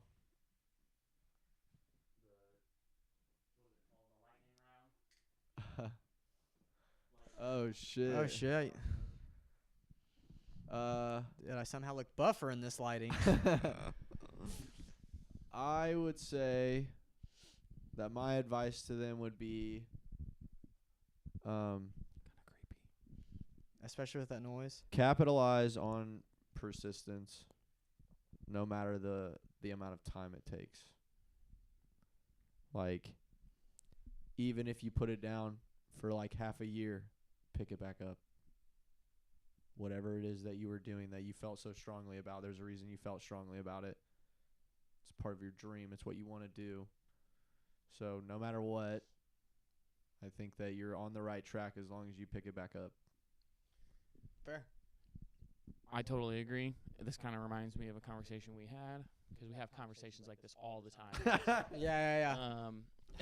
In case you didn't know. Right. This is just part of our personality. We're pretty good at this or whatever. So I was telling Noah that I've been learning to kind of ride my waves of motivation and like productivity, and that it helps me in the long run to be on average more productive than when I try to torture myself into being motivated. Because when I am motivated and like feeling really energetic and productive, I can get a fuck ton of shit done in like a short ass period of time. And learning to ride the wave of energy and then to genuinely rest when the wave is receding and to get ready for the next wave. Right. Like you can almost sense it. You can sense when it's time to rest, and you can sense when you're starting to peak. Dude, I feel like we're in a time period right now where it's like Yeah, Yes. movement. Lots of movement. But it's like a fucking graph day Yeah. to day. You can have days where it's a drop. facts. And you have days where it's like you're really fucking getting it. That's me. Whoa. Sorry. And so riding the small waves and riding the big overall wave. The big kahuna. Yes, dude. And then you get that 50-foot fucking Yeah. you ride the tsunami, bro. Fair. Yeah, I think about like all the times that I've like stopped making music, it always is on my mind that I'm not making music because I'm not willing to relax because I'm like, if I put it down, I'll never pick it back up. But I always do. Something gets to me where I get to the point where I'm like, either music is the only outlet or I'm really craving making music because I haven't made it for a long time. Because I was thinking about what you were just saying about you'll get a fuck ton done if you capitalize on when you're motivated and also understand when to rest. Mm-hmm. And it's like, okay, the other day I just like banged out finishing 3 songs. Now I just have 3 more Right. songs in the bank after doing that one remix because it was like I was like capitalizing on the spark I was hitting. Mm-hmm. And then it's just like gradually getting bigger as I like post it more and get more excited about like the traction and reaction that it's getting. Like Yeah. it's making me more amped to make more music, that all these people are coming to my comment section day to day to talk shit to me because I'm leaving that much of an impact on them. Throwing tomatoes. Yes, Yeah, bro. they can't not. I'm like, I don't give a shit. It makes me now the thing that you're trying to do is doing the opposite. They're like pushing up against me really hard, so I'm starting to push back, and now I Right. want to do more to push back. You're when you capitalize on your motivation and then also like let yourself take the pace that you're at.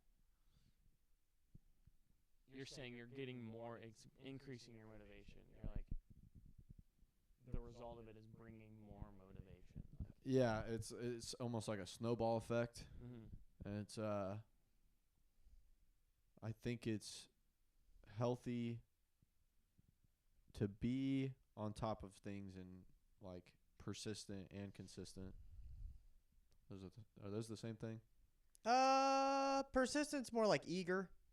Consistence more like stoic. It just gets done. Yeah. I think both of those things are important. You just have to balance it. Yeah. And I think it's like when I learn how to not be depressed. Like the more and more times I've been depressed, the more and more times I have like things to block out the things that are going to like get me to being depressed. And it's like the more and more I capitalize on my motivation and understand where it's coming from, the more and more times I can capitalize on it and keep it going for longer than not. Even more potently. Yeah. Fair. I would say Water. water. I mean, what I have to say is pretty similar to what you guys were just talking about. I think an emphasis on adaptability is pretty important. I would agree with that. Like being willing and able to change is very, very important. Yeah. Especially when pursuing your dreams. Yeah, because you don't know what the journey's going to look like. Yeah. And a lot of shit's probably going to happen. Yeah. A lot of shit you're not expecting, good and bad. Right. And you're going to have to plan. You might find out that you're going in the wrong direction completely. Halfway, like you gave a year of your life. This is not to say that you gained nothing from the endeavor, but let's say you're doing something completely wrong and you need to change something about your core beliefs in order to get what you actually want. It's very important to be able to look that in the face and be willing to change if that's what's needed. That's what I've had to learn the most anyway. Yeah, fair. Like, sometimes you're doing something with the intention that it's gonna get you more, but actually it might be shooting yourself in the foot. Yeah, it's like if you're, Idiot. if you're trying to gain muscle. Okay. So there's two requirements for gaining muscle. One is for gaining weight, bulking. One is you have to be in a caloric surplus, whether you like it or not. That is how the physiology of your body works, as far as I'm aware. The only way to gain weight is to eat more than your body is digesting and converting into energy. And then the second thing would be you need rest. You can't sleep 3 hours a night and expect to just be gaining muscle mass like that. Your body needs the rest, literally. It has to recoup. To rebuild itself. Yeah. Dude, we should be paying you for this. Yeah. Dude, I felt like there was something that you said that that made me think of something. You said it was before you started talking about gaining muscle. About change and adaptability. You might be going in the wrong way. You said something like, if you're going the wrong way, not to say that you didn't gain anything from that endeavor. Dude, like, even if you're going the wrong way, as long as you turn back around, you can take that failure and learn from it and be like, okay, the turning back around is literally the learning from that experience, and you'll probably never do that again. Absolutely. You will never go back down that path. Right. You learned what the wrong way is. And I bet you learned some right things on that path. True. I'm not going to sit here and Right. say you didn't learn a single right thing. You're narrowing. Yes, Absolutely. That's what we're doing whenever we had to move back to Richmond, bro. That was like a turning back. Dude. You said it was like a ball rolling down a funnel. Oh, and the shit. better you get, the more you're making the funnel steep. Dude. The ball will roll faster. That Yeah, was an bro. IHOP conversation, right? Yeah. Oh, my God. That was years ago. That was after a general manager shift that we talked about that shit. Yeah. That shit's crazy. We lived at IHOP. Yeah. That was impactful. Yeah. I remember those conversations, bro. If we had those recorded, that's why all this has started. Right. Conversations like that. And that's why I bring it up, because I wish it had been recorded. Dude, that goes back into everything we've been talking about, like being passionate about that. It's like those kind of conversations you guys just genuinely enjoyed all the time at IHOP. Mm-hmm. And then you get better at having those conversations. Yeah. It's like they become more expanded and like way more diverse of like the things that you're talking about and where you can branch to and what you can get to. We know more words. We know more idioms. Yeah. We're better at communicating. We're better at active listening. Yeah, We're more on the spot. That shit is crazy. You also can like play off of each other better because of all the. It's like a. I was like explaining this to Keaton the other night. It's like you guys develop your own lexicon betwixt yourself. Facts, like our own jargon. Yeah, like you guys will say words. It's like saying "I hear you." That's just like a thing that we all register in conversation. That's like this is what that means. We're all on that same page, and then like the more people you get into that, Fair. it's like it becomes like that's where community starts. Mm-hmm. Yeah. Collective meaning. Yeah, like being on the same page. We do that shit with fair. Yeah. Yeah. Fair. Yeah, fair. Yeah. And then, yeah, you were responding. Yeah, to as soon as. Yeah, I mean it. Fuck, where was I going with that? Our own lexicon.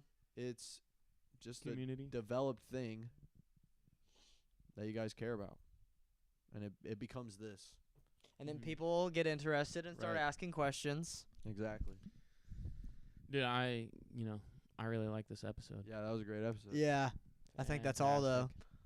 Thanks for watching Guys Talk. Thank you. I'm Seth A.M. Days Productions. I am the Vanella Boy, spelled with an E, not an I.